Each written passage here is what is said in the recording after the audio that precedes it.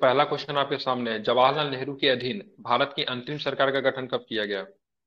चलिए बताइए, कब किया गया भारत का अंतिम सरकार का गठन? 2 सितंबर 1947 दो को, सितंबर 1947। 20 सितंबर 1946 को, या फिर ठीक है 2 सितंबर 1946 को, या फिर 2 सितंबर 1945 को। बताइए क्या होगा? 2 सितंबर 1946। 2 सितंबर 1946। बिल्कुल ठीक है, बहुत सुंदर, आपने बिल्कुल बताया। 2 सितंबर 1946 को अंतिम सरकार का गठन किया गया था, आप इसे ध्यान में रखें। 2 सितंबर 1946 को जवाहरलाल नेहरू के नेतृत्व में 11 सहयोगियों के साथ मिलकर अंतिम सरकार का गठन किया गया। अंतिम सरकार में मंत्रिमंडल की बात करेंगे, उस पर जरा विचार करते हैं। तो सबसे पहले देखिए, गृह मामलों, सूचना एवं प्रसारण की बात करेंगे, पटेल जी के पास था। खाद्य एवं कृषि किसके पास था? बोलते रहिए, ठीक है। किसके पास था खाद्य एवं कृषि? किसके पास था? राजेंद्र बाबू राजेंद्र के साथ, ठीक है। प्रसाद। रक्षा मंत्री किनके पास था? बलदेव बलदेव सिंह। रक्षा सिंह। मंत्री बलदेव सिंह, ठीक है। कानून मंत्री थे जोगेंद्र नाथ मंडल। जोगेंद्र श्रम नाथ मंत्री की बात मंडल। करें, जगजीवन मंडल। राम था, ठीक है। प्रमुख मंत्रालय इनके अधीन था, इनको आप लोग ध्यान में रखेंगे। बिहार चलिए से। 1946 में बनी अंतिम सरकार में गृह सूचना और प्रसारण मंत्री किनके पास था? वल्लभ भाई पटेल। वल्लभ भाई पटेल। अल्लाह भाई। थोड़ा ज्यादा ही तो। बिल्कुल ठीक है, क्या नाम था उनका? सरदार वल्लभ भाई पटेल के पास था, ठीक है।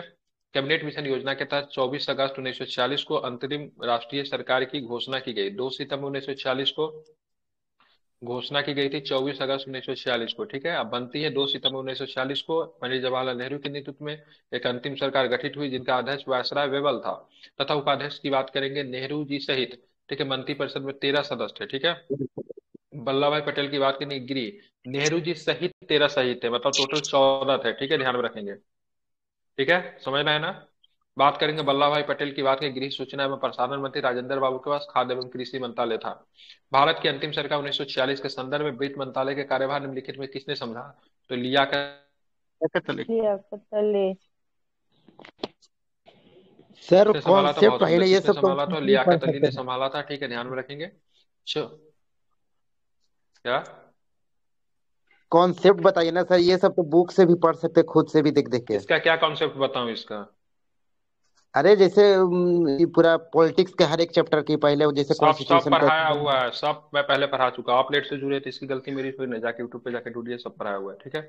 अभी एमसीक्यू करा रहा है, ठीक है। ऑलरेडी पहले पूरा कॉन्सेप्चुअल पढ़ाया हुआ है, जाइए यूट्यूब पे और दृष्टि आईएएस का ढूंढिएगा, उसमें पूरा चीज पढ़ाया हुआ है, ठीक है।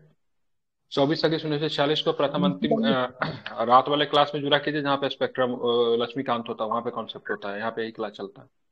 24 अगस्त 1946 को प्रथम अंतिम सरकार की घोषणा होती है। 2 सितंबर 1946 को पंडित जवाहरलाल नेहरू के नेतृत्व में एक अंतिम सरकार गठित की गई। अंतिम सरकार का अध्यक्ष बेबल था, उपाध्यक्ष की बात करेंगे तो पंडित जवाहरलाल नेहरू था। उपाध्यक्ष सहित अंतिम सरकार में बात करें, कुल कितने सदस्य थे? 13 सदस्य, डेट मीन 14 थे, ठीक है। वित्त मंत्रालय का कार्यभार किसके पास था? लियाकत अली खान के पास। अगर बात करेंगे तो 9 प्लस कांग्रेस के थे, या 5 प्लस किसके पास था? किसके पास था? मुस्लिम लीग। मुस्लिम लीग। मुस्लिम लीग के पास था, ठीक है। 9 प्लस 5 था, ये सब कॉन्सेप्ट नहीं है तो क्या है? जगन्नाथ मंडल की बात करें, मुस्लिम लीग की तरफ से थे, लेकिन हिंदू सदस्य थे। इनके पास कौन सा मंत्रालय था? तो विधि दिया गया था। जगजीवन राम की के पास श्रम मंत्रालय था। जॉन मथाई के पास उद्योग एवं आपूर्ति मंत्रालय था, ठीक है। इसको आपको ध्यान में रखना। चलिए बात करेंगे, निम्नलिखित में से किसे 1947 में स्वतंत्र भारत का पहला कानून मंत्री नियुक्त किया गया? तो क्या बताएंगे? बी आर अम्बेडकर कानून मंत्री। बिल्कुल ठीक है, ध्यान में रखें, किसने दिया गया? बी आर अम्बेडकर को नियुक्त किया गया था, ठीक है। 1947 में स्वतंत्र भारत का पहला कानून मंत्री डॉक्टर भीमराव अम्बेडकर को नियुक्त किया गया। गृह सूचना एवं प्रसारण मंत्री सरदार वल्लभ भाई पटेल थे, ठीक है। ध्यान में इसको रखना है, इंपॉर्टेंट रहेगा, इसको आप लोग ध्यान में रखिएगा, ठीक है। चलिए अब आगे चलेंगे तो क्या था निम्नलिखित में? हाँ ये बताइए। मतलब हमारा सुप्रीम कोर्ट है, ये एक मतलब काम करना कब से चालू किया और स्थापना इसका कब हुआ था? सुप्रीम कोर्ट किस रूप में काम? पहले संघीय न्यायालय था, ठीक है। जब 1937 में जब इसकी स्थापना हुई थी तो संघीय न्यायालय था 1935 के एक्ट में। हालांकि भारत में सुप्रीम कोर्ट की स्थापना होती है, कब होती है, 1800। कितने तारीख को? 28 1950 में। 1950 में होती है। कितने तारीख था? 28 जनवरी था। 28 जनवरी जनवरी। कितने था? हाँ 28 जनवरी को। 28। 28 जनवरी। लेकिन सर जी ये अस्तित्व आ गया था 26 जनवरी 1950 को। काम करना चालू कर दिया था भाई। हाँ, काम मतलब 28 जनवरी से ही, मतलब इसका मतलब मुख्यतः माना जाता है, ठीक है। वैसे उससे हाँ पहले संघीय न्यायालय हुआ करता था 1937 में, ठीक है। हाँ 1937 तक तो 1937 वही में क्या हमको था? संघीय कंफर्म करना न्यायालय था था। कि मतलब ये काम करना 28 जनवरी 1950 से चालू हुआ, और ये जो सर जी अस्तित्व में आया तो 26 जनवरी 1950 होगा। हाँ ठीक है, ये कह सकते हैं ऐसा, ठीक है। निम्नलिखित में कौन स्वतंत्र भारत के पहले वित्त मंत्री थे? तो क्या बताएंगे स्वतंत्र भारत के सर्वप्रथम पहले वित्त सदी। मंत्री की बात करें? हाँ, आर षणमुखम के चेट्टी की बात करेंगे शर्मा। सुप्रीम स्वतंत्र भारत के सुप्रीम कोर्ट प्रथम। के सुप्रीम कोर्ट के दायरा में से कहीं भी नहीं कहा गया है कि काम करने के अलग से उसका डेट शामिल था, स्थापना के 28 अलग से। जनवरी को जिस दिन से मतदाता दिवस जिस दिन मनाते से हैं, जिस ठीक दिन है। से मतदाता स्थापना दिवस 25 जनवरी होता है। 25 जनवरी को मनाते सॉरी हैं। 25 जनवरी को मतदाता दिवस मनाते हैं, सॉरी। काम करने वाला प्रश्न 1950 तो हम को नहीं चुनाव आयोग देखे का हैं। गठन हुआ था। तो सर एक ही 28 जनवरी को नहीं सर, हम इसके बारे में वही थोड़ा सा इसका स्थापना हुआ था अभी हाल फिलहाल में 28 जनवरी को सिंगापुर के चीफ जस्टिस आए हुए थे यहाँ पे सुप्रीम कोर्ट, ठीक है, इसी के स्थापना दिवस पे सर, अपने सुप्रीम कोर्ट का स्थापना दिवस। चलिए ठीक है, इसका 28 डिस्कशन जनवरी बाद में करेंगे, क्वेश्चन आगे बढ़ाने दीजिए। चलिए, खाद्य एवं कृषि मंत्रालय किन के अधीन था? श्यामा प्रसाद बिल्कुल ठीक है। शिक्षा मंत्री कौन थे? मौलाना अबुल कलाम। विधि मंत्री कौन थे? B R Ambedkar. बिल्कुल ठीक है, बी आर अम्बेडकर जी जो थे विधि मंत्री थे, ठीक है। चलिए आगे चलते हैं। अब आगे चलना है, कौन सा प्रश्न देखिए। निम्नलिखित शख्सियतों में किसने संविधान के दस्तावेज का मसौदा तैयार करने वाले संविधान सभा के कानूनी सलाहकार के रूप में काम किया? तो क्या बताएंगे? तो क्या हो जाएंगे? तो बी एन राव हो जाएंगे, ठीक है। क्या हो जाएगा? बी एन राव हो जाएगा, ठीक है। सब बहुत इको हो रहा है आज क्लास में, ठीक है। जिनके तरफ से आवाज आ रही माइक बंद करके रखिए, डिसिप्लिन मेंटेन करके रखिए, ठीक है। संविधान के निर्माण प्रक्रिया में संविधान सभा के कानूनी या संवैधानिक सलाहकार के रूप में श्री बी एन राव को नियुक्त किया गया, ठीक है। संविधान सभा द्वारा विश्व के लगभग 60 महत्वपूर्ण संविधानों का भी अध्ययन किया गया था, ठीक है। निम्नलिखित शख्सियतों में से कौन संविधान के दस्तावेज को मसौदा तैयार करने वाली संविधान सभा का मुख्य प्रारूपकार थे? ठीक है, प्रारूपकार की बात करते हैं, मुखर्जी साहब थे। कौन थे? मुंशी साहब ऑप्शन में मुखर्जी साहब थे, ठीक है, ध्यान रखें। कौन थे? मुखर्जी, ठीक है, ध्यान में रखेंगे। तो यहाँ पे क्या बोल रहा है, ठीक है, दस्तावेज का मसौदा तैयार करने वाली संविधान का बात करेंगे, ठीक है। मुख्य प्रारूपकार की बात करेंगे, कौन थे? तो मुखर्जी साहब थे। संविधान के दस्तावेज का मसौदा तैयार करने वाली संविधान सभा का मुख्य प्रारूपकार की बात करेंगे तो क्या नाम था? एस एन मुखर्जी थे। संविधान सभा के कानूनी या फिर संवैधानिक सलाहकार की बात करेंगे, बी एन क्या थे? राव थे, ठीक है। संविधान निर्माण के लिए निर्वाचित संविधान सभा का प्रथम बैठक निम्नलिखित में से कब आयोजित की गई थी? कितने तारीख को किया गया था? तो 9 दिसंबर 1946 को, ठीक है, ध्यान में रखेंगे। संविधान सभा के निर्माण हेतु संविधान सभा की प्रथम बैठक 9 दिसंबर 1946 को नई दिल्ली के किस कॉन्स्टिट्यूशनल हॉल में हुई थी, जिसे अब मतलब संसद भवन या फिर केंद्रीय कक्ष के नाम से भी जाना जाता है, ठीक है। चलिए आगे का प्रश्न लेते हैं। डॉक्टर सचिदानंद सिन्हा को संविधान सभा का अस्थायी सदस्य चुना गया तथा एस सी मुखर्जी को संविधान सभा का उपाध्यक्ष चुना गया था, ठीक है। हालांकि 2 थे संविधान सभा का उपाध्यक्ष, एक मुखर्जी साहब थे। कौन थे? एक मुखर्जी साहब थे, एक और भी थे, अयंगर शायद थे। अयंगर थे, अच्छी अयंगर। हाँ ठीक है, चलिए ठीक है। अब आते हैं संविधान सभा के महिला प्रतिनिधियों की संख्या की बात करें, कितनी थी महिला प्रतिनिधियों की संख्या? तो क्या बताएंगे? 15 थी। बिल्कुल 15 थे, ठीक है। जुलाई 1946 में कैबिनेट मिशन योजना के अनुसार संविधान सभा में चुनाव हुए, ठीक है। 1946 में, ठीक है, चुनाव हुआ था, ठीक है। उससे पहले अगर देश में अगर चुनाव की बात करेंगे तो चुनाव कब हुआ था? तो 1937 में चुनाव हुआ था, ठीक है, ध्यान रखें। फिर जाके 1946 में क्या होता है? 1945 में चुनाव होता है देश में, उसी के अनुसार संविधान सभा में मेंबर 1946 में चुनकर आते हैं, ठीक है। और संविधान सभा के सदस्यों का चुनाव की बात की किस रूप में हुआ था? प्रत्यक्ष रूप में हुआ था या फिर अप्रत्यक्ष रूप में हुआ था? तो अप्रत्यक्ष रूप में हुआ था, ठीक है। कैसे हुआ था? प्रांतीय विधानसभा के सदस्यों के द्वारा किया गया था। यही जो 1945 में चुनाव होकर जो आए थे ना प्रांतीय विधानसभा में, वहीं के सदस्य फिर इसमें चुनकर आए थे, ठीक है। कुल सदस्यों की संख्या की बात करेंगे 389 थी। कितनी थी? 389 थी। जिसमें महिला सदस्यों की संख्या की बात करें, महिला सदस्यों की संख्या कितनी थी? तो क्या बताएंगे? 15। कितनी थी? 15 थे, ठीक है। निम्नलिखित में कौन संविधान सभा के प्रारूप समिति का सदस्य नहीं था? ठीक है, ध्यान में रखेंगे, ठीक है। तो ध्यान में रखेंगे कौन थे? बी एन राव जो था प्रारूप समिति का, हाँ बिल्कुल ठीक है, सदस्य नहीं थे। क्या थे? ये संवैधानिक सलाहकार थे, ठीक है। संविधान के प्रारूप निर्धारण हेतु डॉक्टर भीमराव अम्बेडकर की अध्यक्षता में प्रारूप समिति का गठन किया गया। प्रारूप समिति का गठन कब होता है? तो क्या बताएंगे? 29 अगस्त 1947 में। 29 अगस्त 1947 को किया गया था, ठीक है। इस समिति द्वारा डॉक्टर भीमराव अम्बेडकर सहित कुल मतलब 7 सदस्य है, ठीक है। प्रारूप समिति के सदस्य की बात करेंगे, डॉक्टर भीमराव अम्बेडकर जो थे अध्यक्ष थे। अल्लादी कृष्ण स्वामी अय्यर की बात करेंगे, एन गोपाल स्वामी अयंगर थे, डॉक्टर के एम मुंशी थे, सैयद मोहम्मद सादुल्ला थे, एन माधव राव थे, ठीक है। बीएल मित्र के स्थान पे आए थे, ठीक है। इनकी तबीयत खराब हो गई थी, ठीक है। टीटी कृष्णाचारी थे, डीपी खेतान के स्थान पे आए थे, डीपी खेतान का मृत्यु हो गया था, ठीक है। बीएल मित्र का तबीयत खराब हो गया था, अस्वस्थता के कारण उन्होंने इस्तीफा दिया था, और डीपी खेतान का क्या हो गया था? मृत्यु हो गया था, इस वजह से ये चुनकर आया था, ठीक है। तो इस तरीके से सारे का नाम ध्यान में रखिए, एग्जाम में पूछा जाता है इनमें से कौन सा सदस्य जो था प्रारूप समिति में नहीं थे, ठीक है। अम्बेडकर जी को लेकर 7 थे या फिर अम्बेडकर जी के लेकर छोड़कर 7 थे? 7 लेकर था अम्बेडकर जी को या फिर अम्बेडकर जी को छोड़ के 7 सदस्य थे? क्या बताएंगे? लेके नहीं, अम्बेडकर जी को लेकर 7 थे, ठीक है। लेके चले निम्नलिखित में से, हाँ बिल्कुल लेके, ठीक है, बहुत सुंदर, ठीक है। निम्नलिखित में से कौन 1946 में मद्रास निर्वाचित क्षेत्र में संविधान सभा के सदस्य बने थे? हंसा जीवन राम मेहता, हंसा अम्मू स्वामीनाथन, कमला चौधरी या फिर बेगम एजाज रसूल? बताइए क्या हो हंसा जाएगा। जीवराम इसका होना चाहिए मेरे हिसाब से शायद अम्मू अम्मू स्वामीनाथन, एक बार देख लेते हैं। क्योंकि हंसा मेहता गुजरात से थे। ठीक है, अम्मू स्वामीनाथन हो जाएगी, ठीक है, ध्यान में रखेगा, ठीक है।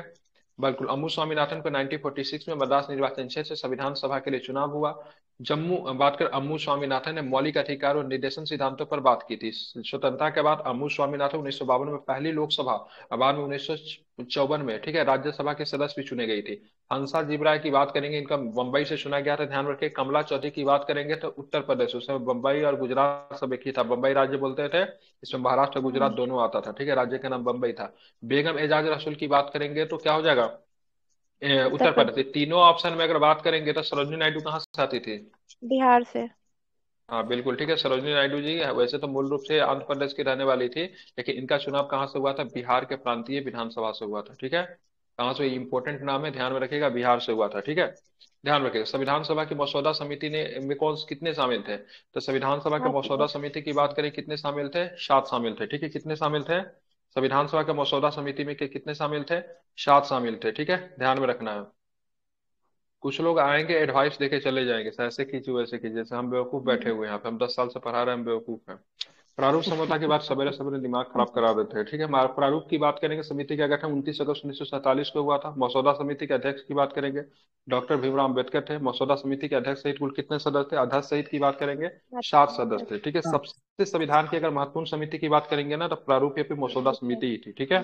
चलिए, संविधान सभा ने किस वर्ष में भारत के लिए, ठीक है, एक मसौदा संविधान तैयार करने के लिए डॉक्टर भीमराव अम्बेडकर की अध्यक्षता में मसौदा समिति का गठन किया था? तो मसौदा समिति का गठन कब की हुआ था? तो 1947 का मसौदा समिति का गठन हुआ था, ठीक है। 29 अगस्त को हुआ था। 29 अगस्त 1947 को प्रारूप समिति का गठन किया गया डॉक्टर भीमराव अम्बेडकर द्वारा। डॉक्टर भीमराव अम्बेडकर प्रारूप समिति के अध्यक्ष थे। प्रारूप समिति के अध्यक्ष होने के कारण डॉक्टर भीमराव अम्बेडकर को क्या कहा जाता है? संविधान निर्माता। संविधान निर्माता, संविधान निर्माता, फिर संविधान के जनक, ऐसे शब्दों से इनको सम्मानित करते हैं, ठीक है।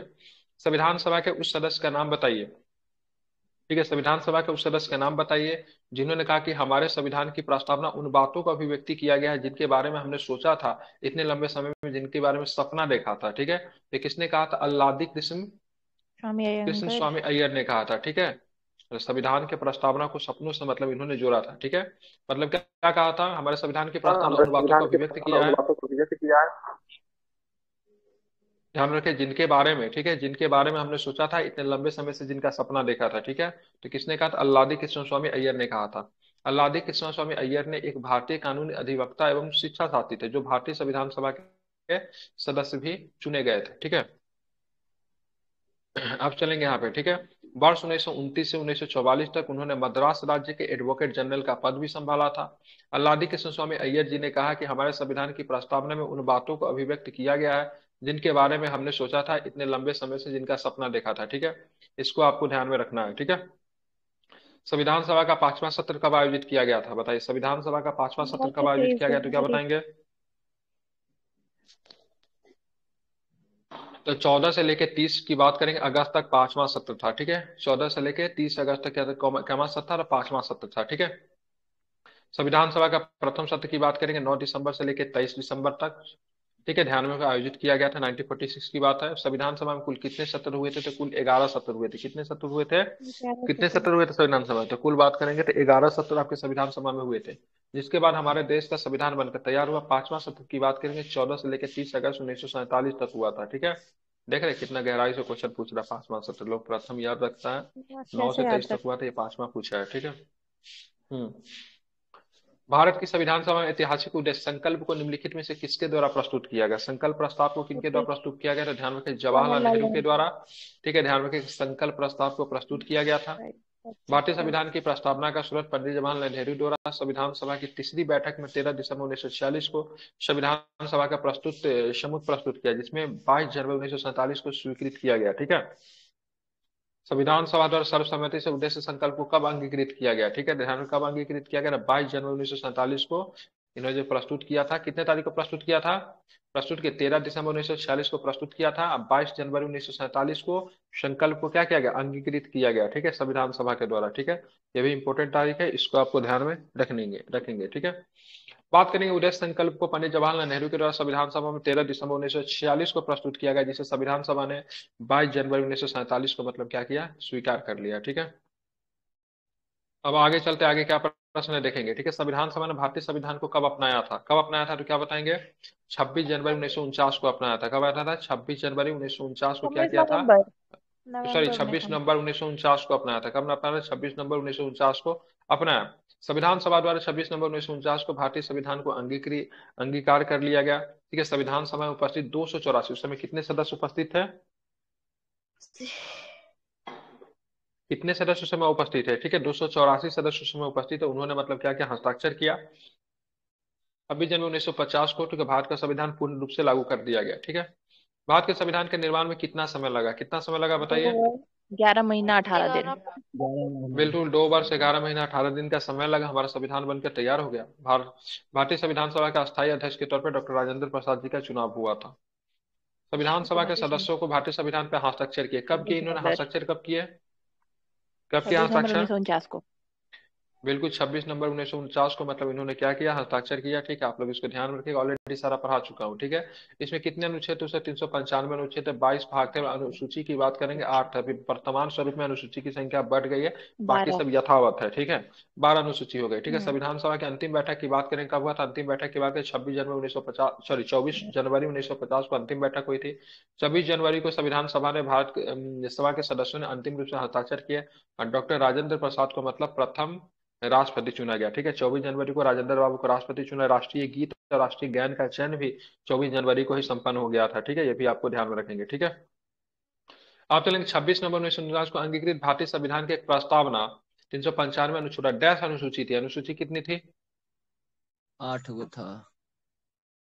नहीं नहीं 12 अनुसूची की संख्या की बात करेंगे 8 अनुसूची थी। अभी वर्तमान में 12 है, अनुसूची केवल बढ़ा है, ठीक है। 8 अनुसूची थी उस समय मूल संविधान में। पूछेगा मूल संविधान में अनुसूची कितनी थी तो क्या बताएंगे? 8 अनुसूची थी, ठीक है। अब चलेंगे, क्या था प्रश्न, क्या है देखते हैं उसको। तो भारत के मूल संविधान में 395 अनुच्छेद, ठीक है, 8 अनुसूची और 22 भाग थे, ठीक है। वर्तमान में भारत के संविधान में कितनी अनुसूची है? तो 12 अनुसूची है, ठीक है। इसको आपको ध्यान में रखना है। किसी देश के राजतंत्र को उसकी डैश के अनुसार डिजाइन किया गया है और राजतंत्र का कोई भी बदलाव तभी संभव है, ठीक है, जब उसमें कोई संशोधन किया जाए। तो देखिए, किसी भी देश के राजतंत्र को उसके संविधान के अनुसार डिजाइन किया गया और राजतंत्र में कोई भी बदलाव तभी संभव है जब उसमें कोई संशोधन किया जाए, ठीक है। तो क्या हो जाएगा इसका आंसर? संविधान हो जाएगा। क्या हो जाएगा? संविधान हो जाएगा, ठीक है। किसी देश के राजतंत्र को उसके संविधान के अनुसार डिजाइन किया गया है और राजतंत्र में कोई बदलाव तभी संभव है जब उसमें कोई क्या किया जाए? तो उसमें कोई संशोधन किया जाए। अगला क्वेश्चन देखेंगे, 1950 में भारतीय संविधान के लागू होने के बाद संविधान सभा का अस्तित्व समाप्त हो गया। 1952 तक इसने डैश के रूप में भी काम किया। क्या बताएंगे? बताइए। क्या है तो किया चुनाव आयोग ने भारत का अस्थायी संसद के तौर पर काम करे। कितना बार बता दिए थे? संसद जो था, संसद जो था, अरे आवाज नहीं आ रही है, ठीक है, ठीक है। भारत का मतलब जो संसद जो था, एक तरह से आप देखो, सॉरी, भारत का जो संविधान सभा जो था अंतरिम संसद के तौर पे भी काम कर रहा था, ठीक है। क्या होता था? जब संविधान सभा की जब बैठक होती थी तो संविधान सभा की बैठक में, ठीक है, संविधान सभा के बैठक में संविधान सभा के तौर पे अगर संविधान सभा काम करती थी तो उसका अध्यक्ष डॉक्टर राजेंद्र प्रसाद होते थे, ठीक है। लेकिन जब वही संविधान सभा भारत के संसद के तौर पे काम करती थी तो उसका अध्यक्ष बदल के जीवी मालंकर हो जाते थे, ठीक है। तो वही संविधान सभा, ठीक है, संसद के तौर पे भी काम कर रही थी और वही संविधान सभा के भी तौर पे काम कर रही थी, ठीक है। 1950 अब देखेंगे संविधान सभा बनकर मतलब क्या हो जाता? 1950 के आसपास तैयार हो जाता। लेकिन हमारे देश में चुनाव जो होता, पहला लोकसभा का चुनाव कब होता है? पहला लोकसभा का समयकाल क्या था?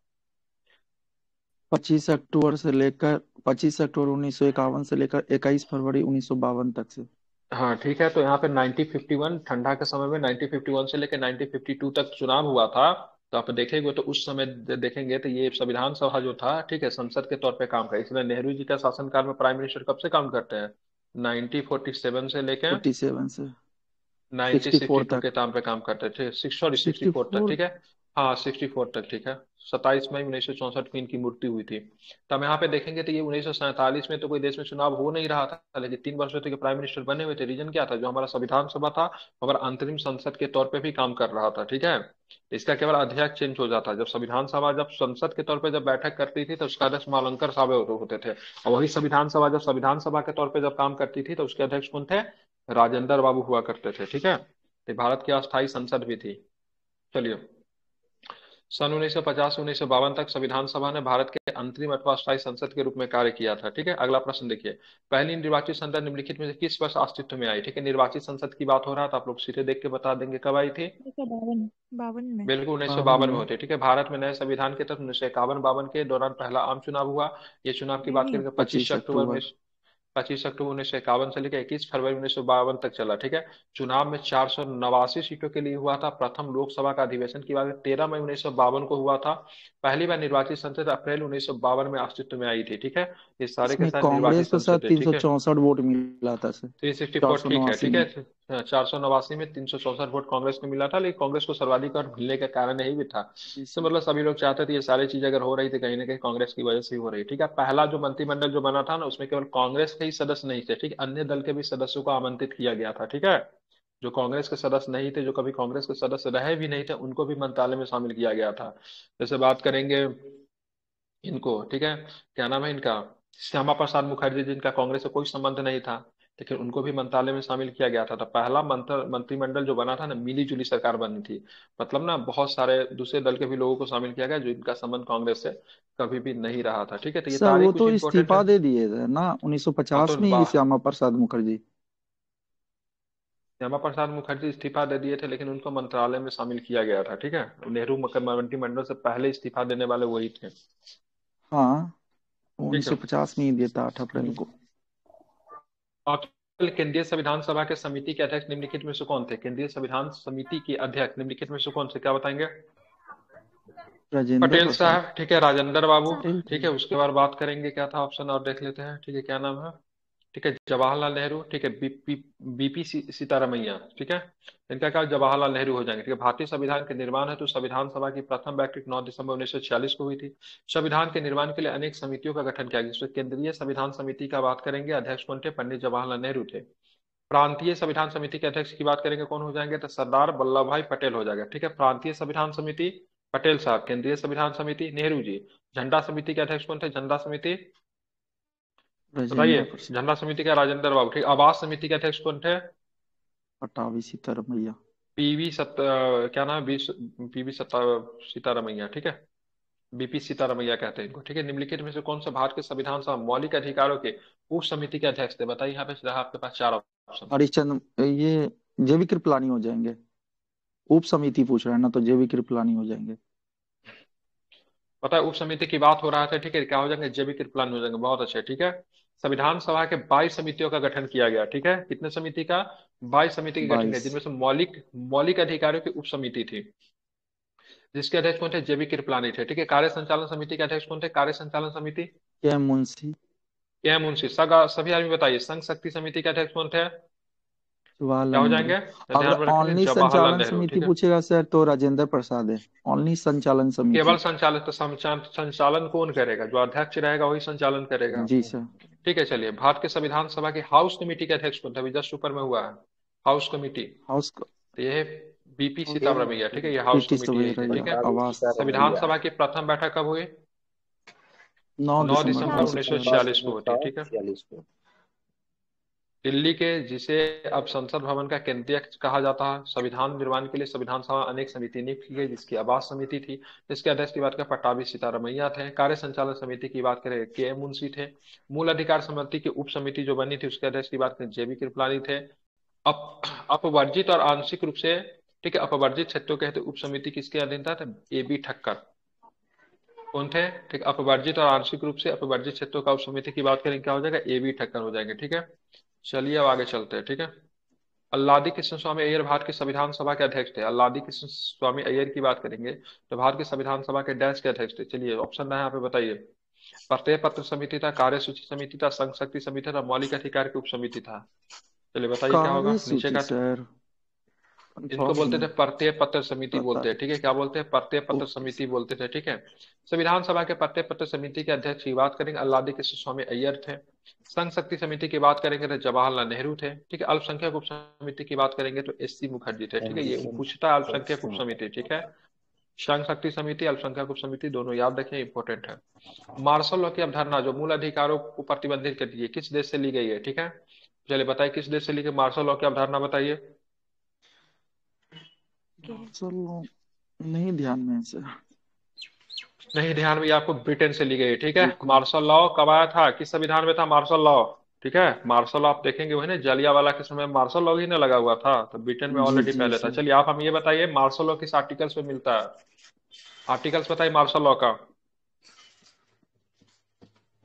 कोई आदमी बता सकते हैं, 34, ठीक है। 34 अनुच्छेद 34 में मार्शल लॉ है, ठीक है।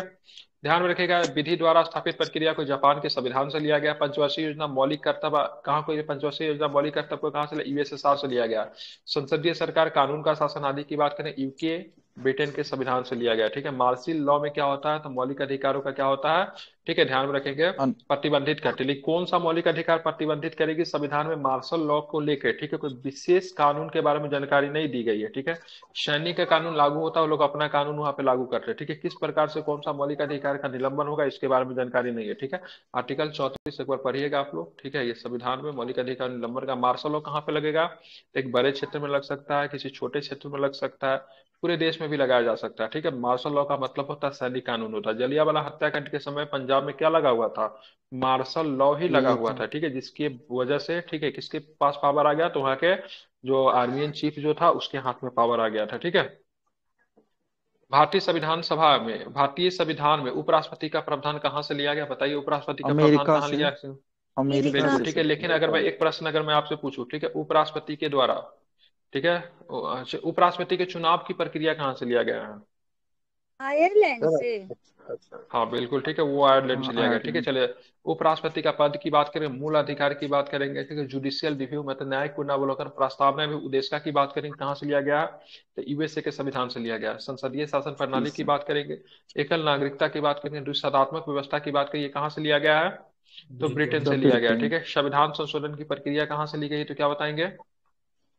Africa Africa. से, दक्षिण विधि अफ्रीका। का शासन कहाँ से लिया गया, विधि का शासन, जापान से। जापान से। विधि का शासन सॉरी पूछा, विधि द्वारा विधि का स्थापित शासन। प्रक्रिया नहीं पूछा। नहीं नहीं ब्रिटेन हो जाएगा। ब्रिटेन, ब्रिटेन हो जाएगा। ब्रिटेन हो जाएगा। अगर मैं पूछूं विधि द्वारा स्थापित प्रक्रिया तब कहाँ से लिया गया, क्या तब बताएंगे। होगा जी बिल्कुल ठीक है। जापान। देश के स्वतंत्रता समांतर भाईचारे के नारे की प्रतिध्वनि भारतीय संविधान के प्रस्तावना में सुनाई देती फ्रांस। है, कहाँ कहाँ, फ्रांस। फ्रेंच रेवोल्यूशन, कहाँ फ्रांस कहाँ से। है, तो फ्रांसीसी क्रांति का है, ठीक है। ध्यान रखिए क्या हो जाएगा, तो फ्रांसीसी क्रांति, ठीक है। फ्रांसीसी क्रांति कब हुई थी, कब हुई थी फ्रांसीसी क्रांति, 1789। बिल्कुल 1789 में थे, ठीक है। फ्रांसीसी क्रांति के समय, ठीक है, किसके शासन को हटा दिया गया वहां से, लुइस ओलामा क्यों ना सर। वेरी गुड, लुइस सोलामा लुइस इज द राइट ओलामा। आंसर, ठीक है। लुइस सोलामा सही है, ठीक है। फ्रांसीसी क्रांति उसको के फांसी स्वतंत्रता दिया गया था समांतर भाईचारे के नारे 1793 के, में सर। हाँ लुइस ओलामा को। फांसी दे दिया गया था, बिल्कुल ठीक है। भारतीय संविधान की, हुआ था हाँ 1719 में। क्या हुआ था 1719 में, क्रांति। 1719। कोई 19 नहीं नहीं 1919 1917 में हुआ। 1719 में कोई क्रांति नहीं 1917 हुआ था। 1917 सर में हुआ है 1917 रूसी में हुआ क्रांति, चीनी क्रांति। सॉरी रूस की क्रांति। और नहीं चीनी नहीं क्रांति रूसी, 1911 में। हाँ सही है, चीनी क्रांति 1911। हाँ 17, सुनिए मैं बता दे रहा हूँ, सुनिए सर नवंबर सुनिए 1917। सुनिए सुनिए। सबसे पहले होगा अमेरिकी स्वतंत्रता संग्राम, सबसे पहले शुरू होता है। अमेरिकी स्वतंत्रता संग्राम कब होता है, 73 में स्टार्टिंग होता है। 76 में लंबा आजाद समय हो तक जाता है चलता है, वो। ठीक है। 73 से लेकर जी लंबा समय तक चलता है, ठीक है। उसके बाद आएंगे, इसी को देखा देखी फ्रांस में शुरू होगा, ठीक है, 1789 1789। में, ठीक है।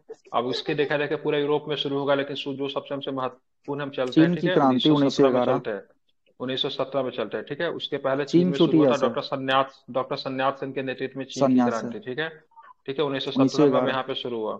अब धीरे धीरे बहुत जगह पे शुरू हो जाता है, ठीक है। जैसे 1924 के आसपास वहां पे टर्की में जाके वहां पे मुस्तफा कलाम पाशा आ जाते हैं, वहां पे मतलब जो क्या बोलते हो, खलीफा पद को समाप्त कर देते हैं। बहुत जगह पे शुरू होता है, लेकिन ये सब महत्वपूर्ण है, इसको आप लोग याद रखिएगा, ठीक है। चलिए अब चलते आगे, ठीक है। आपातकाल के दौरान मूल अधिकारियों का निलंबन कहाँ से लिया गया है, आयरलैंड से। और मूल अधिकारियों का निलंबन कहाँ से? जर्मनी के अच्छा, वो वाइमर राज का रिपब्लिक से, नीति ठीक है। निर्देशक था। अगर ठीक है सर। पूछेंगे, ठीक है, आपातकाल के तब मूल अधिकारियों का निलंबन का अधिकार किसके पास होगा? राष्ट्रपति के पास। प्रेसिडेंट के पास होगा, ठीक है। पर मूल कर्तव्य प्रस्तावना में सामाजिक, आर्थिक और राजनीतिक न्याय की बात करेंगे, कहाँ से लिया गया है? सब रसिया से। बिल्कुल ठीक है। कहाँ से लिया गया? तो ध्यान रखिए, रूस से लिया गया, ठीक है। समवर्ती सूची का प्रावधान, ठीक है, संसद के दोनों सदनों की ऑस्ट्रेलिया। संयुक्त बैठक, ये कहाँ से लिया गया है? ऑस्ट्रेलिया बिल्कुल, ये से। ऑस्ट्रेलिया से लिया गया, बिल्कुल ठीक है, बहुत सुंदर, ऑस्ट्रेलिया से, ठीक है। अपने संविधान में मौलिक कर्तव्यों को शामिल करने वाला, ठीक है, पहला देश कौन था? मौलिक कर्तव्य को शामिल करने वाला पहला देश कौन था? तो क्या रसिया बताएंगे? था। रसिया था। बिल्कुल, सोवियत संघ बोलेंगे। क्या बोलेंगे? सोवियत संघ इज द राइट आंसर, उस ठीक है। टाइम का मौलिक सोवियत कर्तव्यों को संघ। अपने संविधान में शामिल करने वाला पहला देश पूर्व सोवियत संघ था, ठीक है। 200 प्रश्न आज करवा दो, बने रहेंगे आप लोग कि भूख लगी हुई है, भाग जाएंगे? बिल्कुल ठीक है। चलिए, तो 200 क्वेश्चन करवा देते हैं, बीच में आप लोग खाना पीता खाते रहे, कोई दिक्कत नहीं है। भारतीय संविधान में शामिल किए गए मौलिक कर्तव्यों का सोवियत संघ के संविधान से लिया गया। दूसरी बात, जो भी लोग आज खाना खाए नहा कर खाएंगे, ठीक है, समझ रहे हैं ना? चलिए आगे चलेंगे, तो क्या है, तो भारतीय संविधान के निम्नलिखित में से कौन सी विशेषता कनाडा के संविधान से नहीं ली गई? मजबूत केंद्र वाला संघ, सर्वोच्च न्यायालय की सलाहकारी अधिकारिता, समवर्ती सूची, अब केंद्र द्वारा राज्यपाल की समवर्ती नियुक्ति। सूची नहीं लिया गया है। देखिए, कनाडा ये का ऑस्ट्रेलिया से संविधान है। में वहां पे केंद्र जो है ना बहुत अधिक सशक्त होता है, तो वैसे सारा चीज मतलब क्या लिया गया है? सारा चीज कनाडा से लिया गया, जो कि केंद्र को कहीं ना कहीं आपको मजबूती प्रदान करती है, ठीक है। जैसे केंद्र के द्वारा राज्यपाल की नियुक्ति, सर्वोच्च न्यायालय की सलाहकारी अधिकारिता है, मजबूत केंद्र वाला संघ है, ये सब के सब कनाडा से, ठीक है। देखेंगे, कनाडा से लिया गया, मजबूत केंद्र वाला संघ लिया गया, सर्वोच्च न्यायालय की सलाहकारी अधिकारिता, केंद्र द्वारा राज्य के राज्यपाल की नियुक्ति, अवशिष्ट शक्तियां किसके पास होगी? तो केंद्र के पास होगी। सब कहाँ से लिया गया? कनाडा से लिया गया। आयरलैंड से बात करें, राज्य के नीति निर्देशक तत्व राष्ट्रपति द्वारा राज्यसभा में, ठीक है, ये ध्यान रखिएगा, राष्ट्रपति के द्वारा राज्यसभा में साहित्य, कला, विज्ञान तथा समाज सेवा आदि के क्षेत्रों में ख्याति प्राप्त व्यक्तियों का मनोनयन जो होता है, कहाँ से लिया गया है? सब ध्यान रखिएगा, आयरलैंड से। आयरलैंड के संविधान से, आयरिश कॉन्स्टिट्यूशन से लिया लेकिन गया है, ठीक ये है। आयरलैंड है ना सर, ये स्पेन से हम्म, लिया है राज का नीति निर्देशक तत्व सिद्धांत। हाँ, स्पेन से वो उधर से 1937 उठा में लिया, लिया है सर। बिल्कुल 1937 में ठीक है। लिया था। चलिए ठीक है, तो ये भी ध्यान में रखिएगा। भारतीय संविधान का कौन सा और उपबंध कनाडा इसमें के एक और संविधान बात से बोलूं लिया गया? सर, बोलिए। ये आयरलैंड का आर्टिकल 45 से हम लोग लिए है राज का नीति निर्देशक तत्व सिद्धांत। आयरलैंड का आर्टिकल 45 से। चलिए ठीक है, तो आयरलैंड स्पेन से लिया, वहां से हम लोग 45 के आर्टिकल से हम लोगों ने उठा लिया, ठीक है। हमारे यहाँ आर्टिकल 45 में क्या है? वो तो मजदूर 0 से 6 वर्ष का बच्चों वाला है ना सर शायद। 0 से लेकर 6 वर्ष के बच्चों को शिक्षा वगैरह, उनका भरण पोषण शिक्षा का वाला। ख्याल रखना है, ठीक है। भारतीय संविधान का कौन सा उपबंध कनाडा के संविधान से लिया गया? तो आप लोगों ने बता ही दिया, उच्चतम न्यायालय का परामर्शदायी क्षेत्राधिकार जो है कनाडा के संविधान से लिया गया, ठीक है। संघात्मक विशेषता है, अवशिष्ट शक्तियां केंद्र के पास, राज्यपाल की नियुक्ति, विषयक प्रक्रिया, संघ एवं राज्य की शक्तियों का विभाजन, उच्चतम न्यायालय का परामर्शी न्याय निर्णयन, उक्त सभी कनाडा के संविधान से लिया गया, ठीक है। न्यायपालिका की स्वतंत्रता की बात करें, कहाँ के संविधान से लिया गया है? तो अमेरिका के संविधान से लिया गया है, ठीक है, ठीक है, ध्यान में रखना है, ठीक है। कहाँ से लिया गया है? तो अमेरिका के संविधान से लिया गया है, अमेरिका। इसको आप लोग याद रखेंगे, ठीक है। अब चलेंगे भारतीय संविधान की प्रस्तावना, ठीक है। भारतीय संविधान की प्रस्तावना कहाँ से ली गई? कनाडा से, यूएसएसआर से, ब्रिटेन से, संयुक्त राज्य अमेरिका से। कहाँ से लिया गया? अमेरिका क्या से। बताएंगे? यूएसए। बिल्कुल, संयुक्त राज्य अमेरिका से लिया गया है, ठीक है। कहाँ से लिया गया? संयुक्त राज्य अमेरिका प्रस्तावना से। की भाषा बोलेगा तब ऑस्ट्रेलिया हो जाएगा सर। हाँ, अगर प्रस्तावना की भाषा की भाषा बात करेंगे तो कहाँ से हो जाएगा? तो यहाँ से क्या हो जाएगा? तो ध्यान में ऑस्ट्रेलिया। रखेंगे, तो क्या हो जाएगा? ऑस्ट्रेलिया हो जाएगा, ठीक है। आप लोग इसे याद रखें, इंपॉर्टेंट रहेगा आपके लिए, ठीक है। चलिए बात करेंगे प्रस्तावना को, ठीक है। अमेरिका के संविधान से लिया गया, जबकि प्रस्तावना की भाषा को ऑस्ट्रेलिया के संविधान से लिया गया। मौलिक अधिकार की बात करेंगे, प्रस्तावना, ठीक है, न्यायपालिका की स्वतंत्रता, उपराष्ट्रपति का पद, राष्ट्रपति, उस पर महाभियोग की बात करेंगे, सारे के सारे अमेरिका के संविधान से लिए गए, ठीक है। ब्रिटेन की बात करेंगे, संसदात्मक शासन प्रणाली है, ठीक है, एकल नागरिकता है, विधि निर्माण की प्रक्रिया है, विधि का शासन ध्यान में रखेगा, ठीक है। और बात करेंगे संसदीय विशेषाधिकार कहाँ से लिया गया, तो क्या बताएंगे? ब्रिटेन। ब्रिटेन कहाँ से लिया गया? तो ब्रिटेन से लिया गया, ठीक है। आप इसको ध्यान में रखेंगे। भारत के संविधान में किस देश से संविधान की कोई विशेषता नहीं ली गई है, ठीक है। तो चीन से हमने कुछ भी नहीं चीन लिया से, है, ठीक है, चाइना ध्यान में से रखेंगे। नहीं आप है। कुछ लेना भी हम लोग नहीं चाहते हैं ना।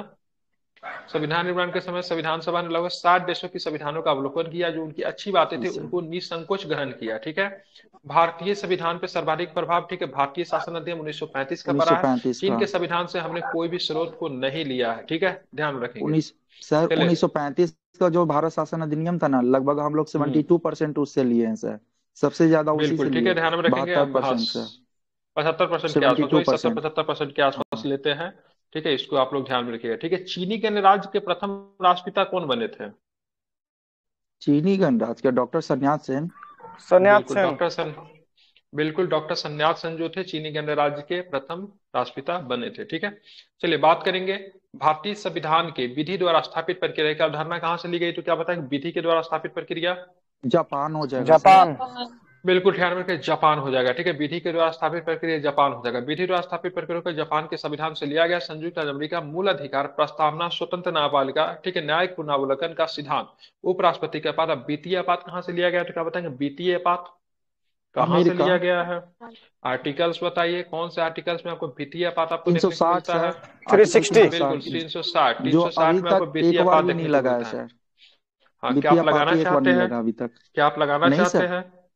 नो नो सर, बस नहीं बोल रहे हैं लगवाइए, सर। ठीक है, बहुत दिक्कत हो जाएगी। ठीक है, संसदीय शासन व्यवस्था, द्विसदनीय व्यवस्था, विधि का शासन, एकल नागरिकता, विधि निर्माण की प्रक्रिया, सारे के सारे कहाँ से लिए गए?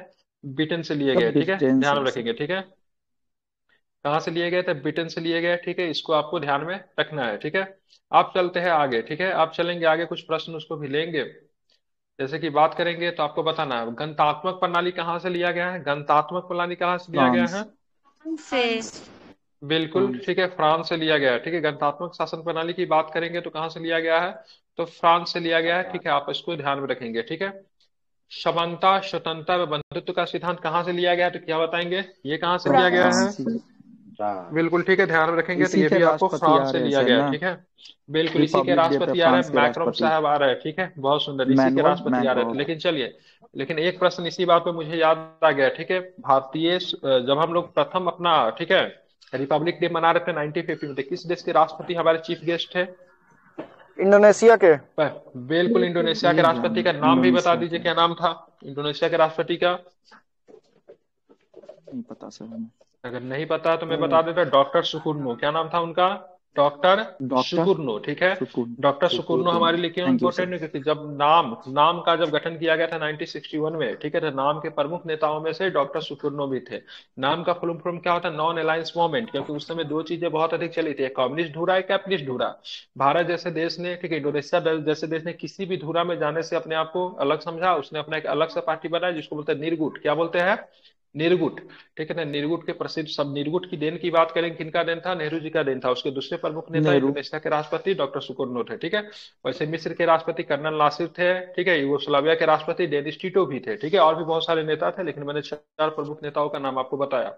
भारतीय उसमें संविधान में टोटल राज्य के 27 निजी, देश थे सर, उन्हीं से बोले ना 61 का बहुत जो सारा वोट देश, निरपेक्ष था। बहुत सारे जी दोस्त सर। थे, जिसमें 4-5 नेता प्रमुख थे, वो किसी भी गुट में नहीं जाना चाहते थे। ना तो अमेरिका के पक्ष में जाना चाहते, अमेरिका के पक्ष वाले कैपिटलिस्ट, और यहाँ पे रसिया, और चाहे रसिया जिसको लीड कर रहा था वो क्या था? कम्युनिस्ट था। इन लोग बोला हम लोग भाई यही अपना अलग नेहरू, रहेंगे, नासिर, तुम नहीं टीटो, जो सोच सकते। तीनों अलग अलग ही थे, किसी देश नेहरू, के नासिर, स्थापना टीटो, हाँ बिल्कुल ठीक है, सुकुर्नो, ये सब प्रमुख नेता थे। भारतीय संविधान में राज्य के नीति निदेशक, ठीक है, तब किस देश के संविधान से लिए गए, तो क्या बताएंगे? तो आयरलैंड। आयरलैंड के संविधान से लेके। ठीक है, किस भाग में मिलेगा नीति निदेशक तत्व, किसमें 4 मिलेगा?